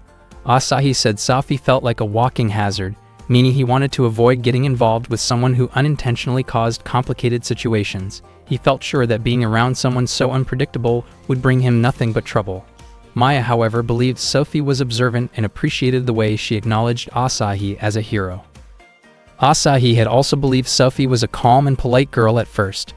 Maya teasingly reminded him that she herself was polite and pleasant to be around. She gently hugged him, saying she was trying to comfort him. To Asahi, Maya was someone who defeated monsters with ease, so he could not imagine her as a comforting figure. But for Maya, she believed she simply helped monsters find peace quickly and painlessly. Asahi could only wonder how Maya managed to equate defeating with saving. Meanwhile, Thanya was feeling irritated with the Black Brigade. After they returned, they claimed they didn't remember asking for help, which made her even more annoyed. She thought that maybe next time she would just let them deal with the consequences themselves. Asahi gave her a calming smile. Thanya recommended a mission for Asahi, taking down a pair of sister trolls. Asahi asked if there was something easier, and Thanya commented that he was surprisingly modest, especially when most people tended to be overly confident. Asahi explained that he simply wanted to gain experience carefully and steadily, and Thanya praised him, calling his attitude impressive. She then recommended a mission to collect killer bee honey. The gathering requirement, 20 units for one person, was a lot, and Asahi found himself wishing Maya were with him. Meanwhile, Maya and Kilmaria were in the forest, caught up in one of their usual clashes over food, specifically because Kilmaria refused to finish the bell peppers in her meal. Thanya informed Asahi that the mission would be difficult without a healer, since killer bees carried poison. Suddenly, Sophie arrived and said she was willing to accompany him. She was thrilled to finally find Asahi again, while he was confused about why she kept searching for him. As always, Sophie insisted on becoming Asahi's partner. Even though she was adorable, Asahi wanted to decline gently. Before he could do that, Thanya immediately registered the mission for both of them. Asahi and Sophie arrived in the forest where the killer bees lived. Asahi was stung by one of the poisonous bees, and Sophie quickly healed him. When another bee flew toward her, Asahi swiftly drew his sword and took it down. Protecting a girl while the two of them were alone actually felt nice, and for a moment, Asahi felt like the protagonist of a story. He knew it was something he could never experience while Maya was around. Sophie asked why Asahi's combat style seemed less impressive than she expected. She wondered why he wasn't fighting at full strength, considering he had easily dealt with the man-eating plants and the Black Brigade. Yet when it came to killer bees, he only knocked them out instead of defeating them completely. Asahi struggled to answer and eventually told her that fighting recklessly could disrupt the monster ecosystem, especially since this was a gathering mission. It would be different if the mission were a hunting job. Then he would eliminate them all. Sophie called him an amazing hero and said she could only admire him. She added that she needed to work hard to be worthy of being his partner.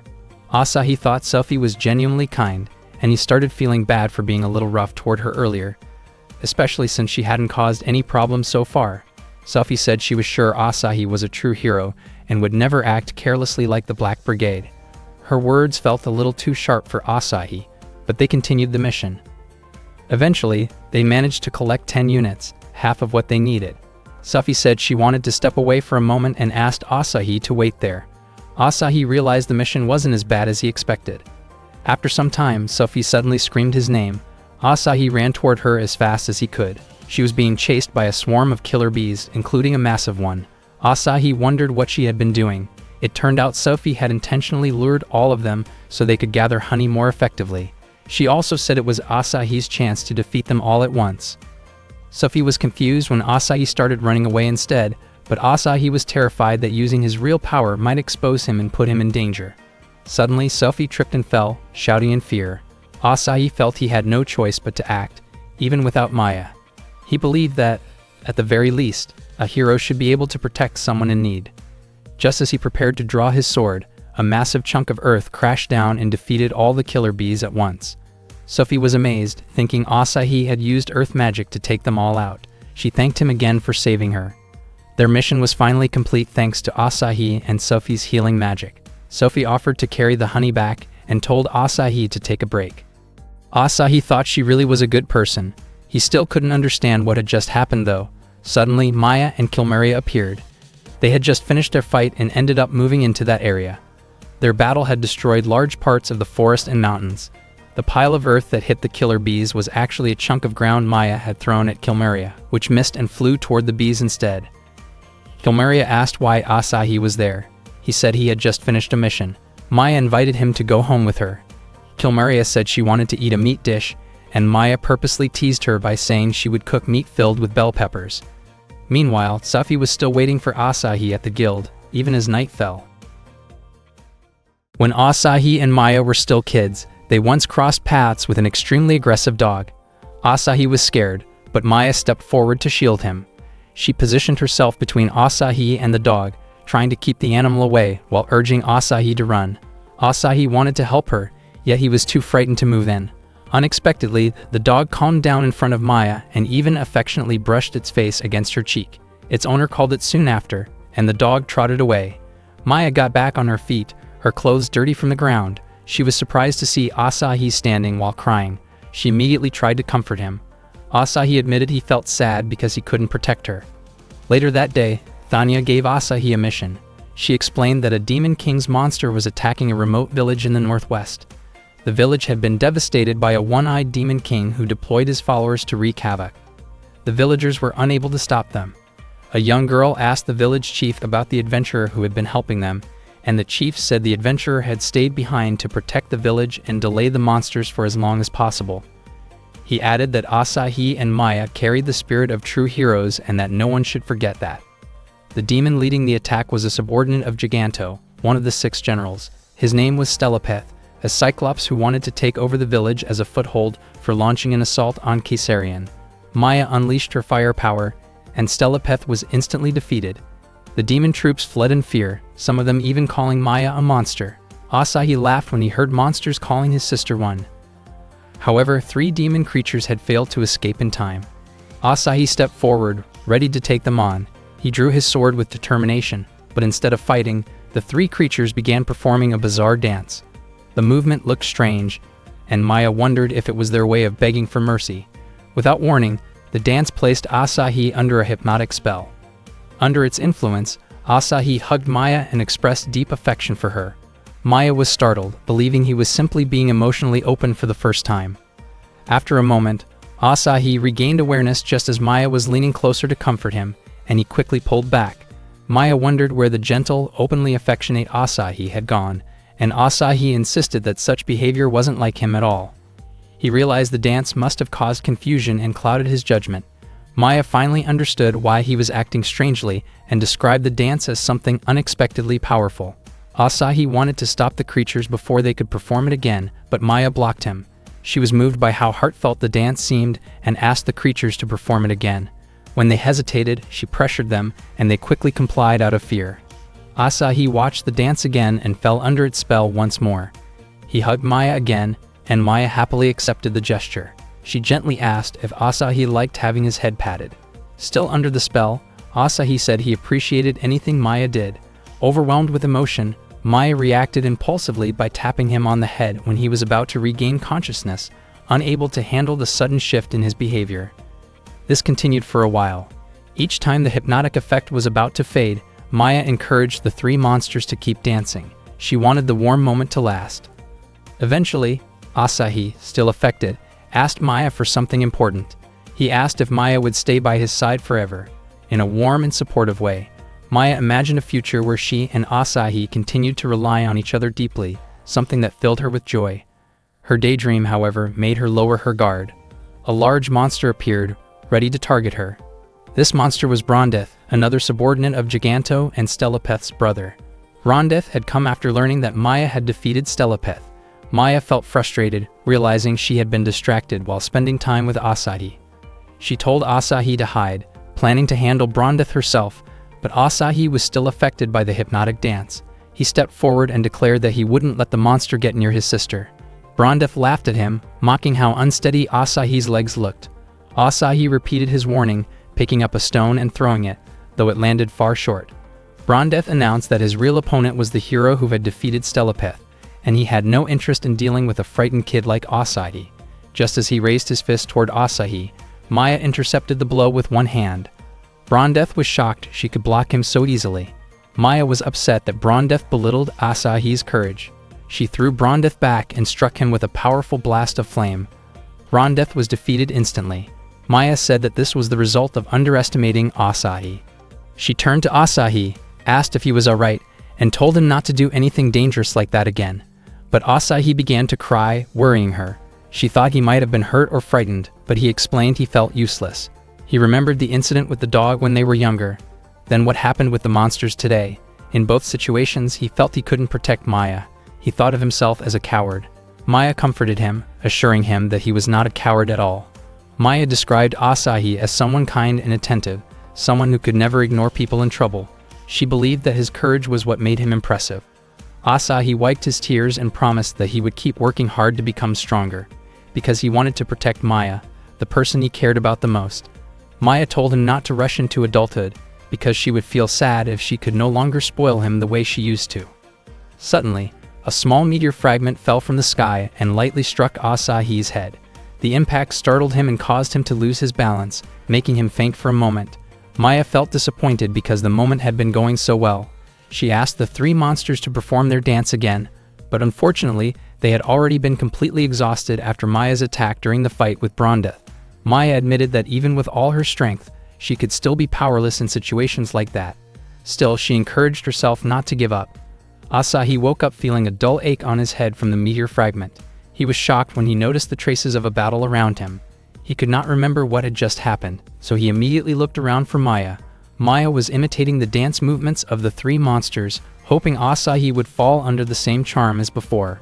She asked if he was feeling confused, and Asahi admitted that he was extremely confused. On their way home, Maya looked downcast. Asahi brought with him the meteor fragment that had struck his head. Suddenly, Maya asked him to tell her he loved her again, but Asahi firmly refused. That made Maya feel helpless and sad. Asahi thought Maya was acting unusual that day. Maya called herself weak, foolish, and pathetic. Asahi walked up to her and said that even though he did not know what had happened, he would always rely on her, so he asked her not to call herself powerless ever again. He also said that he had admired her for a long time. Hearing that moved Maya deeply. Asahi then mentioned that he was hungry and asked her to make Hamburg steak, the dish she cooked so well. Maya immediately shouted in excitement and hugged Asahi tightly. To her, the normal Asahi was always the best, and she believed he was the cutest and most wonderful little brother in the world. She promised to make him a special Hamburg steak filled with love. Asahi, feeling uncomfortable with the hug, asked her to keep some distance. The next day, Asahi went to the guild, but Thanya was not working that day. He asked why Thanya had taken a day off since she rarely did that. It turned out Thanya had a planned outing. Along the way, Asahi kept thinking about it. If Thanya had plans like that, it probably meant she was seeing someone. He wondered why that thought made him feel uneasy, and he decided to look for Siegfried instead, convinced that Siegfried was likely free as usual. Suddenly, Thanya called out to him. Asahi did not recognize her at first because her appearance looked completely different. She asked if he had forgotten the guild receptionist. It was Asahi's first time seeing Thanya in casual clothes, and he was caught off guard. Thanya asked if he was immediately charmed, but Asahi denied it. He mentioned that she was supposed to have an outing, and Thanya assumed he must have heard that from their seniors. She then introduced her little brother Roy. Asahi finally understood what she meant by outing. He commented that Thanya had the personality of a reliable older sister, since he originally thought she had the lively and sweet style of a younger sister-type character. Roy kept staring at Asahi's belt, so Asahi offered to let him hold it, but Roy hid behind Thanya. Thanya said Roy was very shy. Asahi found it amusing that while Thanya was talkative, her younger brother was so quiet, making them complete opposites. He noted that he and Maya were also like that. Asahi asked if Roy had anything he liked. Roy hid behind Thanya again, and she smiled as she said that despite his quiet nature, Roy loved hearing stories about adventurers. Roy nodded. Thanya explained that she intentionally told him many adventure stories to spark his interest in the outside world. Asahi asked if Roy knew about him. Ikusaba Asahi, the adventurer. Roy's face lit up. He said Asahi was the rising star among ogre-class adventurers. Roy explained that Thanya had told him many stories about Asahi. Roy called Asahi amazing. As he continued talking about how often Thanya mentioned him, Thanya quickly covered his mouth. She clarified that she did not talk about Asahi every day, only once in a while. Roy continued, saying Asahi was gaining fame recently for defeating one of the 6 demon generals. Asahi felt embarrassed because that accomplishment actually belonged to Maya. Asahi asked why Thanya had come to the guild if she was on a break. Thanya explained that she wanted to give out a mission, and that she also had business in the neighboring town, so she needed an escort. Roy asked if they could ask Asahi to escort them. Thanya immediately agreed, especially since Asahi was an ogre-class adventurer known for exceptional strength. Asahi froze in shock. He worried that if a monster appeared during the escort mission, they would find out he was not as strong as everyone believed. He feared being labeled a weak adventurer who faked his ranking and deceived everyone. The thought terrified him, and he worried deeply about disappointing them. In his mind, failure felt unthinkable. But then Roy looked at him with eyes full of hope and asked for his help. Asahi could not bring himself to refuse, so he agreed to escort them. Thanya and Roy were relieved and happy to have Asahi with them, feeling much safer. Meanwhile, Asahi was the one growing more anxious by the minute. They traveled by horse carriage, and Thanya expressed her gratitude because Asahi agreed to take on the mission she had requested. Asahi felt that Thanya had already helped him a lot and explained that if the request came from a boy like Roy, he would never be able to turn it down. Roy and Thanya were touched by Asahi's words. Asahi was confident that there would be no strong monsters on the main road, so he assumed nothing would happen that could ruin his image. He then asked Roy what he thought about the outside world. Feeling embarrassed, Roy leaned into Thanya for comfort. Asahi felt Roy wasn't someone who opened up easily, and Thanya explained that Roy was simply interested in adventure stories and tended to be shy. Asahi agreed that Thanya carried herself with a mature attitude as an older sister. Suddenly, a wyvern blocked their path. Asahi saw it preparing to unleash a blast of fire, so he told Thanya and Roy to get down. The fire almost hit them, but they managed to stay safe. The coachman and the horses panicked and ran away. The wyvern stood directly in front of Asahi, and he wondered if they should run as well. Roy suddenly cried in fear to the point where he couldn't stand. Thanya tried to calm her younger brother, assuring him that Asahi was strong enough to handle the situation. She believed Asahi was powerful and capable of defeating the monster. Asahi grew even more anxious when he saw the hopeful look in their eyes. Thanya comforted Roy again, reminding him that she was always by his side. This made Asahi think about Maya, who always protected him, and he realized that it was his turn to protect someone else. He unsheathed his sword and swung it at the wyvern, but it had no effect. The wyvern prepared to breathe fire again, so Asahi used his stone-throwing skill. The stone flew straight into the wyvern's mouth, and Asahi hoped it had done something, but it didn't affect the creature at all. The wyvern was about to unleash another fire blast. Asahi raised his hands toward Thanya and Roy, trying to shield them. The wyvern looked as if it would release the attack, but its body suddenly burned and collapsed under a burst of flames. Asahi wondered if he had somehow defeated it. Thanya and Roy praised him, saying he looked incredible. Roy felt guilty for being so scared and unable to do anything. He called himself a coward and believed he could never be like Asahi. Asahi approached him and told him that none of that was true. He shared that he used to be timid as well and often relied on his older sister. He encouraged Roy to keep working hard so that someday he would be able to protect Thanya. Roy was deeply moved and promised he would keep striving. Thanya walked up to Asahi and thanked him for protecting her and Roy. They shook hands. Roy then pointed out that the carriage was damaged and the horses had run off, so he wondered how they would get home. Asahi invited them to walk back together, especially since the town wasn't too far. Roy became excited and held both Asahi's and Thanya's hands as they walked. He even wished another monster would appear so he could watch Asahi fight again. The wyvern from earlier, still barely alive, attempted to release another flame attack. Fortunately, Maya arrived in time, pinned its head down, and neutralized it with a precise and powerful strike. She stated that the wyvern had already been defeated by Asahi and said she wanted to celebrate his achievement that night. That day, Asahi felt exhausted after wrapping up a difficult mission. He knew things could have ended badly if Maya and Kilmaria had not been there. Maya mentioned that protecting Asahi was easy with her strength, while Kilmaria commented that her power was the one that settled the entire mission. Maya became annoyed and accused Kilmaria of stealing her effort. Kilmaria then asked if the last mission had made Asahi level up. Asahi immediately checked his status and discovered that he had reached level 20. Maya congratulated him, though Asahi pointed out that his level was still far below both Maya and Kilmaria. A new skill had appeared on his skill tree, Level 1 Light Magic. Kilmaria explained that the world's energy was divided into 8 elements: fire, water, wind, earth, ice, lightning, light, and darkness. Her affinities were fire and darkness. Asahi recalled that in many RPGs, holy light was often the symbol of justice, and that many protagonists used it. He imagined heroes wrapped in radiant light driving away evil shadows, and the idea filled him with excitement. Kilmaria remarked that Asahi was being rather blunt, saying that right in front of her. Suddenly, a bull started running toward Asahi in a panic. Maya moved to calm it down, but Asahi stopped her because he wanted to face it himself and try out his new skill. When he focused, a magic chant suddenly surfaced in his mind. After he spoke the chant for light magic, his body emitted a bright glow that briefly stopped the bull in its tracks. That night, Asahi looked gloomy after realizing that his new level 1 light magic was extremely weak. Maya tried to cheer him up by saying that creating light at all was already impressive.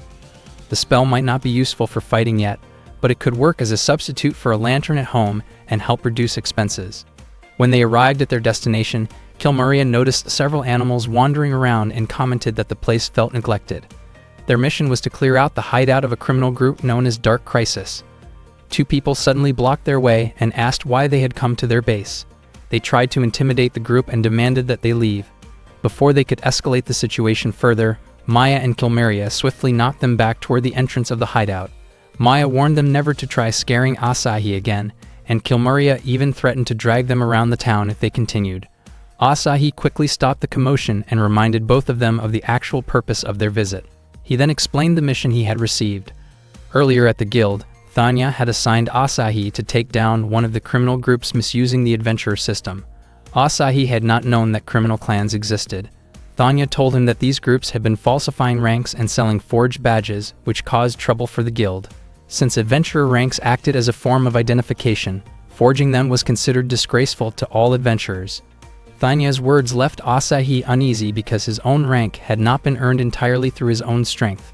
She also explained that the mission was commissioned by the Brigandine family, nobles who supported guild operations. Such nobles would certainly be troubled if forged ranks spread. After understanding the situation, Asahi asked who his target was. Thanya tasked him with handling Dark Crisis, while another party would deal with a different criminal group named Overdose. After finishing his explanation, Asahi was shocked to see that the area was already filled with defeated human thugs lying around. Maya and Kilmaria had taken care of them in an instant. A man soon stepped out and asked who Asahi was and whether the guild had sent them. Asahi introduced himself and recognized the man as Lambert, the leader of Dark Crisis. Lambert already knew of Asahi. He had heard about the boy who reached Ogre class within a single month. Lambert was also an Ogre class adventurer, known by the nickname Thunder Slash. He was confident he would not lose to Asahi. Asahi was surprised that someone Ogre class would choose to use his abilities for harmful purposes. He encouraged Lambert to use his strength to help people rather than cause trouble. Lambert responded bitterly, claiming that the guild monopolized all the profits and that he was tired of hearing carefree opinions from someone like Asahi. He then demonstrated his skill, Ancient Thunder, sending out a charged sword strike strong enough to shatter the windows in the hideout. Asahi admitted that Lambert's ability was impressive. Suddenly, Sophie appeared and called Asahi a hero. She had come because Thanya had informed her, and she even brought a crowd of people who wanted to witness Asahi's heroic moment. To Asahi, her presence only made everything more complicated. He did not want Maya fighting in front of everyone, which meant he had no choice but to face Lambert himself. Lambert leaped forward and swung his lightning-charged blade, but Asahi narrowly avoided it. Only then did he realize how strong an Ogre-class opponent truly was. Lambert laughed and prepared another attack, but before he could strike, his sword suddenly broke apart for reasons Asahi did not fully understand. Seizing the moment, Asahi stepped forward and landed a clean, decisive strike that ended the fight right away. The crowd cheered and acknowledged his ability. Asahi quietly whispered his thanks for Maya's support. Maya immediately jumped toward him, overwhelmed with joy, and celebrated his success with a warm hug. Asahi tried to free himself, flustered by her enthusiasm. Kilmaria calmly stated that if Lambert had been that easy to defeat, then the other criminal clan was likely to be even less of a challenge. While Quan was dealing with the Overdose clan, she used her ability, which she called Lightning Blossom, unleashing 6 strikes at once that cleared them out instantly. Suddenly, the Overdose boss, Baron Gata Popinski, burst through the ceiling and drew his massive sword toward Quan. Before the blade reached her, it was intercepted by Brigandine Gloria. Gloria introduced herself as a member of the Brigandine family and warned that she would carve Popinski's name onto the Overdose gravestone if necessary. She then delivered an attack she called Graceful Strike, and the Overdosed boss collapsed from a single blow. Seeing this, the other Overdose members fled in fear. Gloria reminded them that faking one's rank was foolish and only weakened the abilities of adventurers overall. Quan thanked Gloria for protecting her. Gloria replied that helping those in service was the duty of a proper master. She then asked Quan who was handling the mission involving the other criminal clan. Quan explained that it had been assigned to a young man named Ikusaba Asahi. Gloria recognized Asahi as the adventurer who had risen in rank faster than she had. Her suspicions grew, sensing something dishonest behind his rapid progress. She wanted to confirm Asahi's real abilities by crossing swords with him. Meanwhile, the villagers were celebrating Asahi for saving their home. The border village had once been under the control of the 3 Augur brothers, and Asahi, together with Maya's support, had freed them. Asahi believed Maya should have received just as warm a welcome, but she refused to join and insisted that Asahi was the true hero of the village. The villagers were incredibly kind to him. The village chief eventually pulled him aside and explained that they had a request. He said another group of ogres had begun targeting their village. He apologized for tricking Asahi into coming, admitting that they should have asked the guild for help but were too poor to do so. Asahi panicked a little, realizing Maya wasn't there to assist him. Suddenly, someone shouted that a large number of monsters had appeared at the village entrance. The chief called out that it was time for the hero to step in, and the villagers cheered for Asahi to fight. The monsters warned their leader that Asahi was the one who had defeated the 3 Augur brothers before and suggested they leave. But the massive ogre, who claimed to be the half-brother of the 3 Augurs, refused and wanted revenge for his younger siblings. He swung his sword at Asahi. Asahi tried to block it, but the force sent him flying into a tree. He immediately sensed the overwhelming difference between his strength and the monsters, but if he didn't fight, the villagers would be in danger. He saw several monsters charging at the villagers, just as Quan arrived and swiftly cut them down. Asahi was stunned to see her. Quan used another technique she called Twisted Moonbeam Blossom, and in an instant all remaining monsters vanished. Gloria then arrived and said she had wanted to witness Asahi's abilities firsthand, but she couldn't stand by when innocent people were at risk. She introduced herself and declared that she would help eliminate the monsters. Asahi still had no idea who Quan and Gloria really were. Gloria rushed forward and struck at the massive ogre. The ogre countered with a heavy swing of his greatsword, but Gloria dodged with ease and leaped upward. She delivered her elegant split-buster technique and cleanly cleaved the giant augur apart. Asahi was amazed by Gloria's power and grew even more curious about who she actually was. Gloria said she had heard many rumors about Asahi, but she believed they were all lies. She suspected he had obtained an augur-class ranking through dishonest means because, from the way he moved in battle, it was obvious he was as harmless as a small animal. She insisted that no one could fool her eyes. Asahi panicked, feeling exposed. Gloria demanded that he confess the truth. At that moment, young Anae threw a small stone toward Gloria. She insisted that Gloria was wrong and claimed Asahi was incredibly strong. Gloria, however, assumed Asahi had missiled the innocent girl and said she found that disappointing. She then challenged Asahi to face her in a sword duel so everyone could see the truth for themselves. Asahi stood up. Gloria smiled, believing he was accepting her challenge. Suddenly, Quan sensed danger and pulled Gloria out of the way. A powerful impact shattered the ground where Gloria had been standing. Gloria stared at the destruction in disbelief, wondering what kind of ability Asahi had been hiding. Asahi had no idea what had just happened. He turned away in embarrassment when he realized Gloria had landed in a posture that made her feel uncomfortable with how she was positioned. He politely averted his gaze out of respect. Gloria became irritated, feeling that the situation had embarrassed her. She told Asahi to meet her in the arena so everyone could witness their duel properly. Asahi froze, realizing this was the kind of event straight out of an RP, and now he had somehow triggered an arena challenge.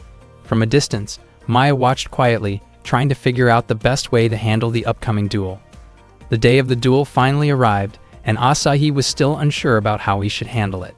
Thanya had planned to bring Roy to watch. Sophie hoped Asahi would be able to show Gloria that he was not a weak hero. Kilmaria encouraged him to take pride in facing someone strong, and Siegfried mentioned that Gloria belonged to the Golem class, urging Asahi to give his best. Maya had only recently learned that Gloria was the daughter of a guild supporter and part of the Golem class, ranked just below the God and Dragon classes, making her someone quite formidable. Asahi admitted that he was worried the fight might end the same way it once did for the third ogre stepbrother who crossed paths with someone too strong. He had no idea what to do. Maya tried to calm her younger brother by quietly promising that she would support him with magic as usual. Asahi felt he couldn't rely on her this time because too many people would be watching. Maya told him that he needed her support even more now that he felt cornered, and she reminded him that he had truly grown stronger. She encouraged him to trust himself. Asahi eventually agreed. The duel between Asahi and Gloria soon began, and the arena was already packed with spectators. Thanya, Roy, Sophie, and Siegfried were among them. Both fighters stood in the center of the arena. Gloria signaled that it was time to see Asahi's abilities, while Asahi reassured himself that he would fight using his own strength. Kilmaria worried about whether Asahi would be okay, especially since the girl he was about to face was considerably strong. Maya reassured her that she would step in to help if Asahi ended up in real trouble, which eased Kilmaria's concern. Suddenly Kwan, known to be Gloria's attendant, approached Maya and Kilmaria. Maya noted that Kwan was quite perceptive. Down in the arena, Gloria raised her sword toward Asahi, who quickly dodged her strikes. Attack after attack came his way, and all he could do was avoid them while quietly waiting for the moment Maya might assist him. When Gloria drove her sword into the ground, Asahi stepped back to evade it. Gloria questioned why Asahi still hadn't attempted to strike.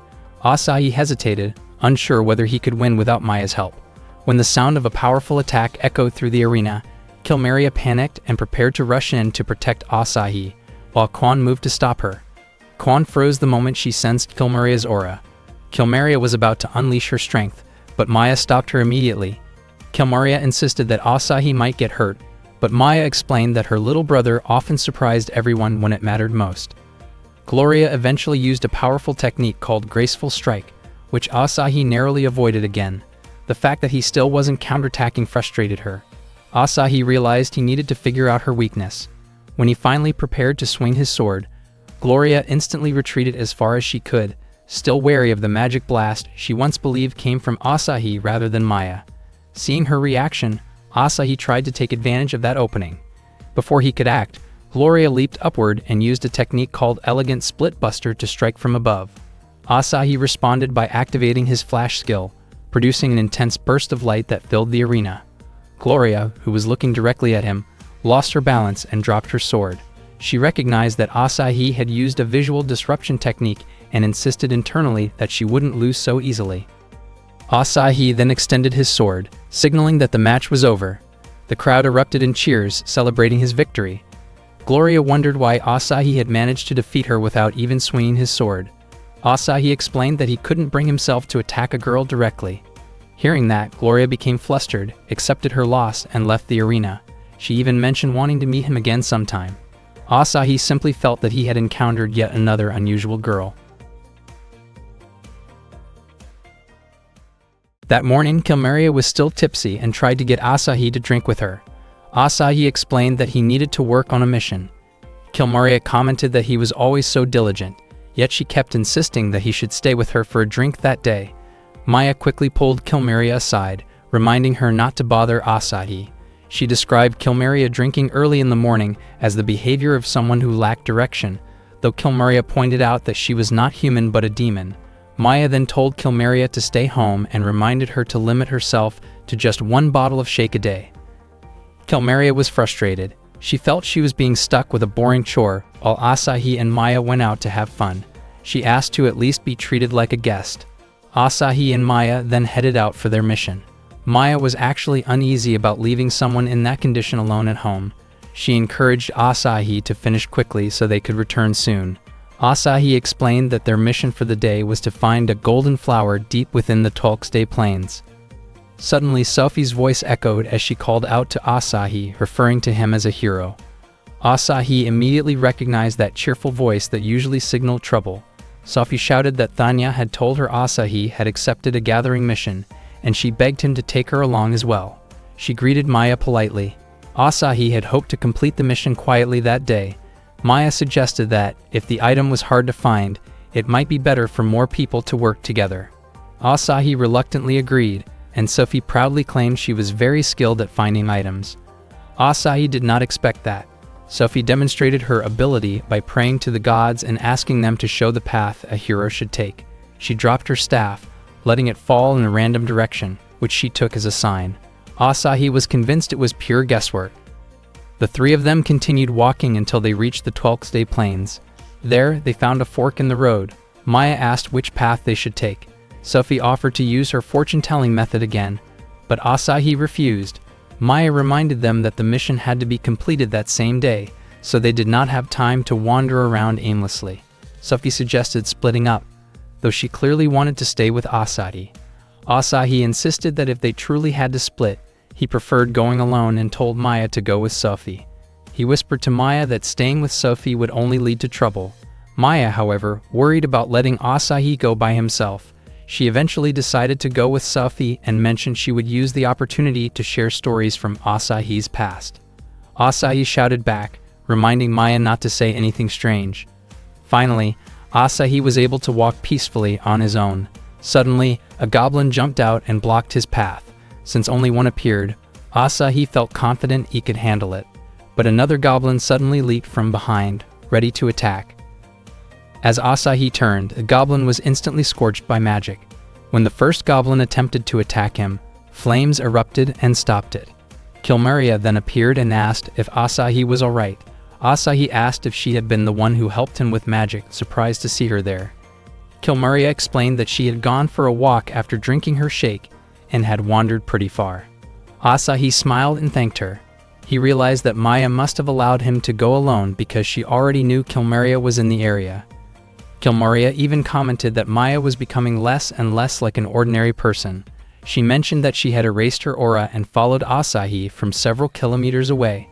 Asahi could hardly imagine what life would be like if he lived with someone as hyper-aware as Maya. Kilmeria recalled the first time she met Asahi. She had rescued him when he was being chased by a bear.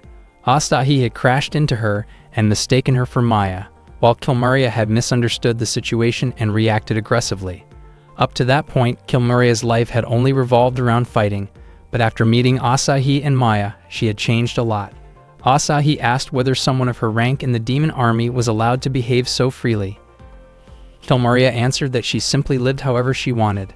Suddenly, they heard someone shouting for help after encountering a monster. Asahi immediately ran toward the source of the cry. When he reached a small village, Asahi was shocked to see many people collapsed on the ground. He tried speaking to one of them, but it was clear the person had already passed away. Asahi saw a monster absorbing the faint glow of human souls. He approached the creature, and the monster seemed surprised that an adventurer had appeared in such a place. The creature summoned skeletons to fight Asahi. It was a necromancer, using magic to control the spirits of the dead. Asahi destroyed the skeletons with his sword. The necromancer attempted to drain Asahi's soul, but Kilmeria arrived just in time to protect him. Her attack sent the monster flying back. The monster realized she was one of the 6 demon generals, known as Kilmeria the Destroyer. Kilmeria asked why the monster was acting recklessly there. The creature explained that it served Woodvoss, one of the 6 demon generals, and introduced itself as the mage Malvacanth. It admitted it had not expected to encounter Kilmeria while attacking a village out of boredom. Asahi wondered how Malvacanth viewed humans. Malvacanth explained that he only sees the souls of insects and admitted that he was no match for Kilmeria. He then attempted to invite Kilmeria to attack the capital and destroy humans together. Asahi protested, believing that Kilmeria would never do something like that. Even though she was sometimes tipsy, lazy, and gloomy, Kilmeria was honest, kind, and had helped him many times. Malvacanth responded with disbelief at Asahi's statement and urged Kilmeria to eliminate Asahi and leave with him, even calling Asahi foolish. Kilmeria became annoyed and told Malvacanth not to speak carelessly to her, calling him foolish as well. She released her attack, Flame Lance, and defeated Malvacanth. The human souls he had taken scattered into the sky and returned to their bodies, and the villagers would regain consciousness in time. Asahi asked if Kilmaria was sure about defeating Maldecanth and wondered if he had been her ally, but Kilmaria stated that she did not know him. She added that when someone insulted her younger brother, she felt obligated as an older sister to act cool. Asahi smiled at her explanation. He then invited Kilmaria to meet Maya and the others. Sophie and Maya ran toward him. Sophie asked who Kilmaria was. Asahi said that Kilmaria was an acquaintance whom Maya had met by chance in the forest. Maya immediately checked whether Asahi was hurt, and Asahi explained that his heavy-drinking older sister figure had been the one who helped him. Asahi then asked if they had obtained the golden flower. Sophie handed it to him. Asahi was surprised that they had managed to find it. Sophie said that they had simply enjoyed a pleasant walk. While Maya and Sophie were walking earlier, Maya told Sophie that young Asahi used to crawl into her blanket whenever he felt scared, and Sophie was shocked to learn that her little hero had once been like that.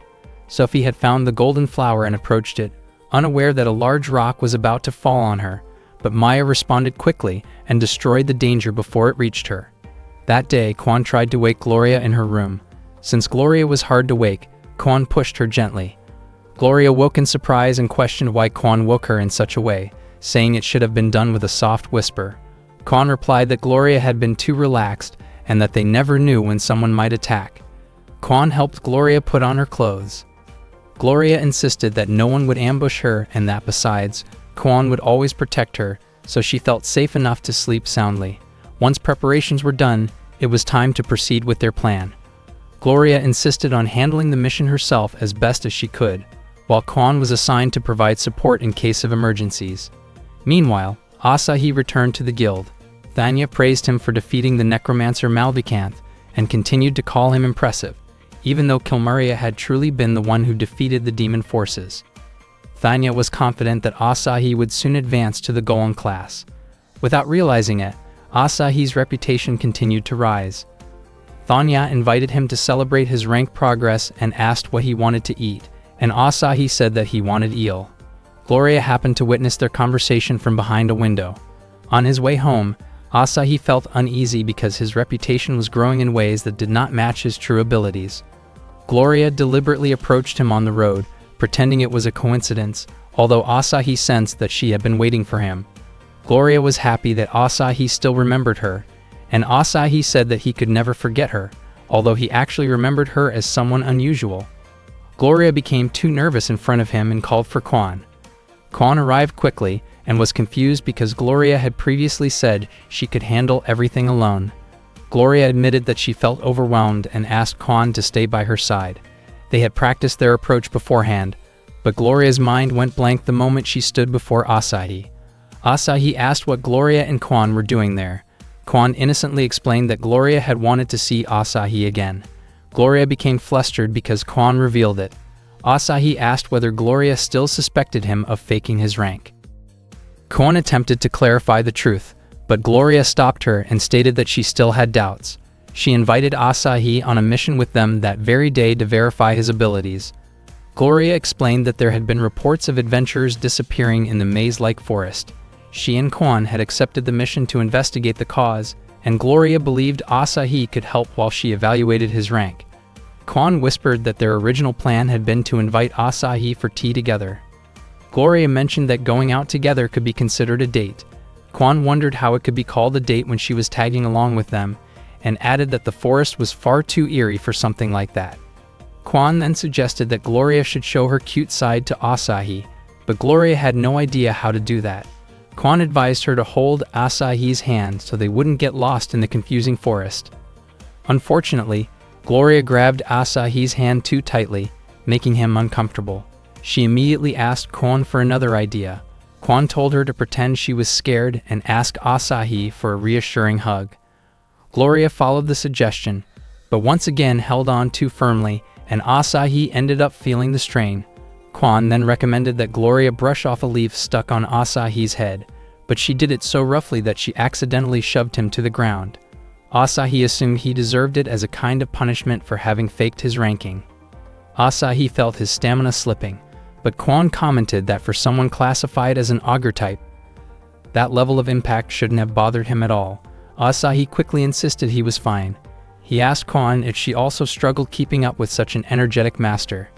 Kwon replied that Asahi was basically in the same situation, constantly followed around by Maya and Kilmeria. That surprised Asahi, who hadn't expected Kwon to know about them. Kwon said she had met them once and sensed overwhelming power from them, and she was certain Asahi must have had a tough time keeping up with them. She then added that she had plenty of similar stories herself. Gloria was confused by how smoothly Asahi and Kwon were talking. She grew curious about what they were discussing so naturally. The deeper they went into the forest, the harder it became to see the path ahead. Asahi used his flash skill to light the way. They were all shocked when the light revealed several people trapped inside trees, adventurers who had been reported missing.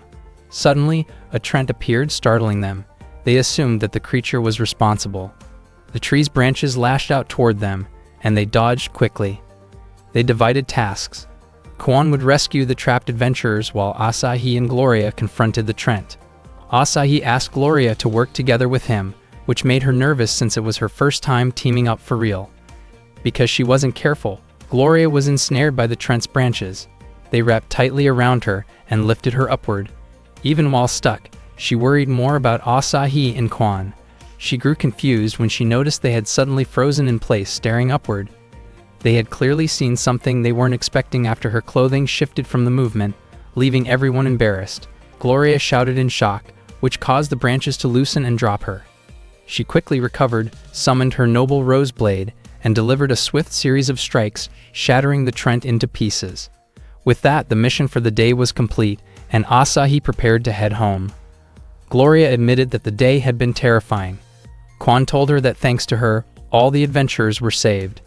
Gloria said it had been her first date with Asahi, even though Kwon had been there too. Kwon teased her, saying the events of the day would definitely stay in Asahi's memory, especially the part where her outfit had almost caused a misunderstanding. Gloria felt mortified and hoped Asahi would forget that moment entirely.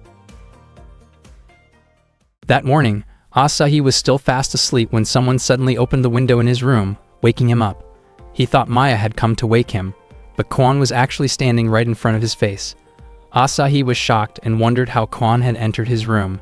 Maya had apparently allowed her to come in, and Asahi was confused about why Maya could act so casually around him. Kwon explained that she needed Asahi's help. Asahi soon followed her to Gloria's house to help move belongings to a horse-drawn carriage. Once everything was taken out of the house, all that was left was to wait for Gloria to arrive. Asahi felt exhausted. Asahi continued organizing the luggage and picked up a flower vase. Asahi panicked and nearly dropped it, only to realize Kwon had been teasing him. Not long after, Gloria's voice echoed through the area as she announced that she was leaving the house. Several servants tried to convince her to stay, and when they insisted, she forcefully pushed them away without causing serious harm, making it clear she wanted to make her own decisions. Asahi became worried about her walking out like that. Suddenly, a male servant named Sebastian stepped forward, forbidding Gloria from leaving and asking her to stop being reckless. Gloria threatened him for trying to block her path and prepared her sword, but Sebastian stopped it by using a powerful steel thread technique. Asahi was surprised because Sebastian turned out to be a former adventurer. Asahi became excited and thought Sebastian resembled a mid-story boss character with a special weapon. Gloria pulled her sword free with surprising strength that sent Sebastian stumbling into a nearby pond. Asahi was stunned by the power she displayed. Sebastian told Gloria that her father was worried about her and asked her to tone down her adventuring activities and behave more like a noble. Gloria insisted she was tired of flattery, fancy parties, and endless tea gatherings. She left the estate and brought Kwon and Asahi with her. Sebastian begged Kwon to stop her, but Kwon said she only wanted Gloria to live the way she desired. They traveled by carriage, and Asahi asked what was really going on. Gloria felt embarrassed because Asahi had witnessed her family issues. Asahi laughed and told her that he also had problems with his own family. Gloria blamed her father for being overly protective and believed she would be fine living independently without relying on her family name. Asahi remembered how nervous he felt when he was first sent to another world alone, so he wanted to support Gloria however he could. They finally arrived at Gloria's new base, which turned out to be a very luxurious home. It was actually a villa owned by the Brigandine family. Asahi was shocked, realizing that someone with a villa wouldn't normally need his help. Kwon explained that this was simply what happened when a noble decided to run away from home. They began carrying the belongings inside. Asahi struggled while lifting a table. Gloria stepped in to help and mentioned that heavy work always felt easier when a man was around, which made Asahi grateful. Gloria then imagined the scene as if it were a newlywed couple moving into their home, causing her to blush. Her flustered reaction made her lose her grip on the table, accidentally making Asahi stumble and get a small scrape. Asahi looked for something to clean the wound, and instead of letting the scene become awkward or inappropriate. Meanwhile, Sebastian was convinced that Asahi must have tricked Gloria somehow, so he went to seek help from Hildebrandt Tigge from the Dragon class, a male student often nicknamed the Fierce Tiger. Sebastian believed Tigge had enough authority to bring Gloria home and hoped Tigge could also give Asahi a small scare, though in a harmless way. Before they could act, they saw Maya watching them with an unsettling intensity. Tigge panicked, claiming he suddenly felt sick and couldn't get involved. Both he and Sebastian quickly left. Quan realized Maya had been observing Asahi from the top of the villa and began to suspect that Maya was not an ordinary person. Meanwhile, Gloria served tea for Asahi. He kept drinking until his stomach felt bloated. Quan gently reminded Gloria that Asahi had already had too much.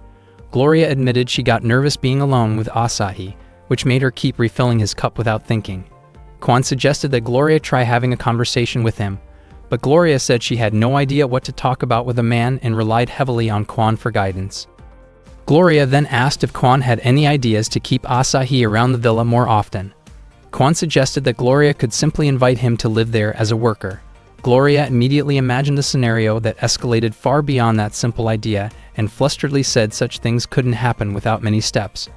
Quan clarified that she only meant hiring him as part of the household staff.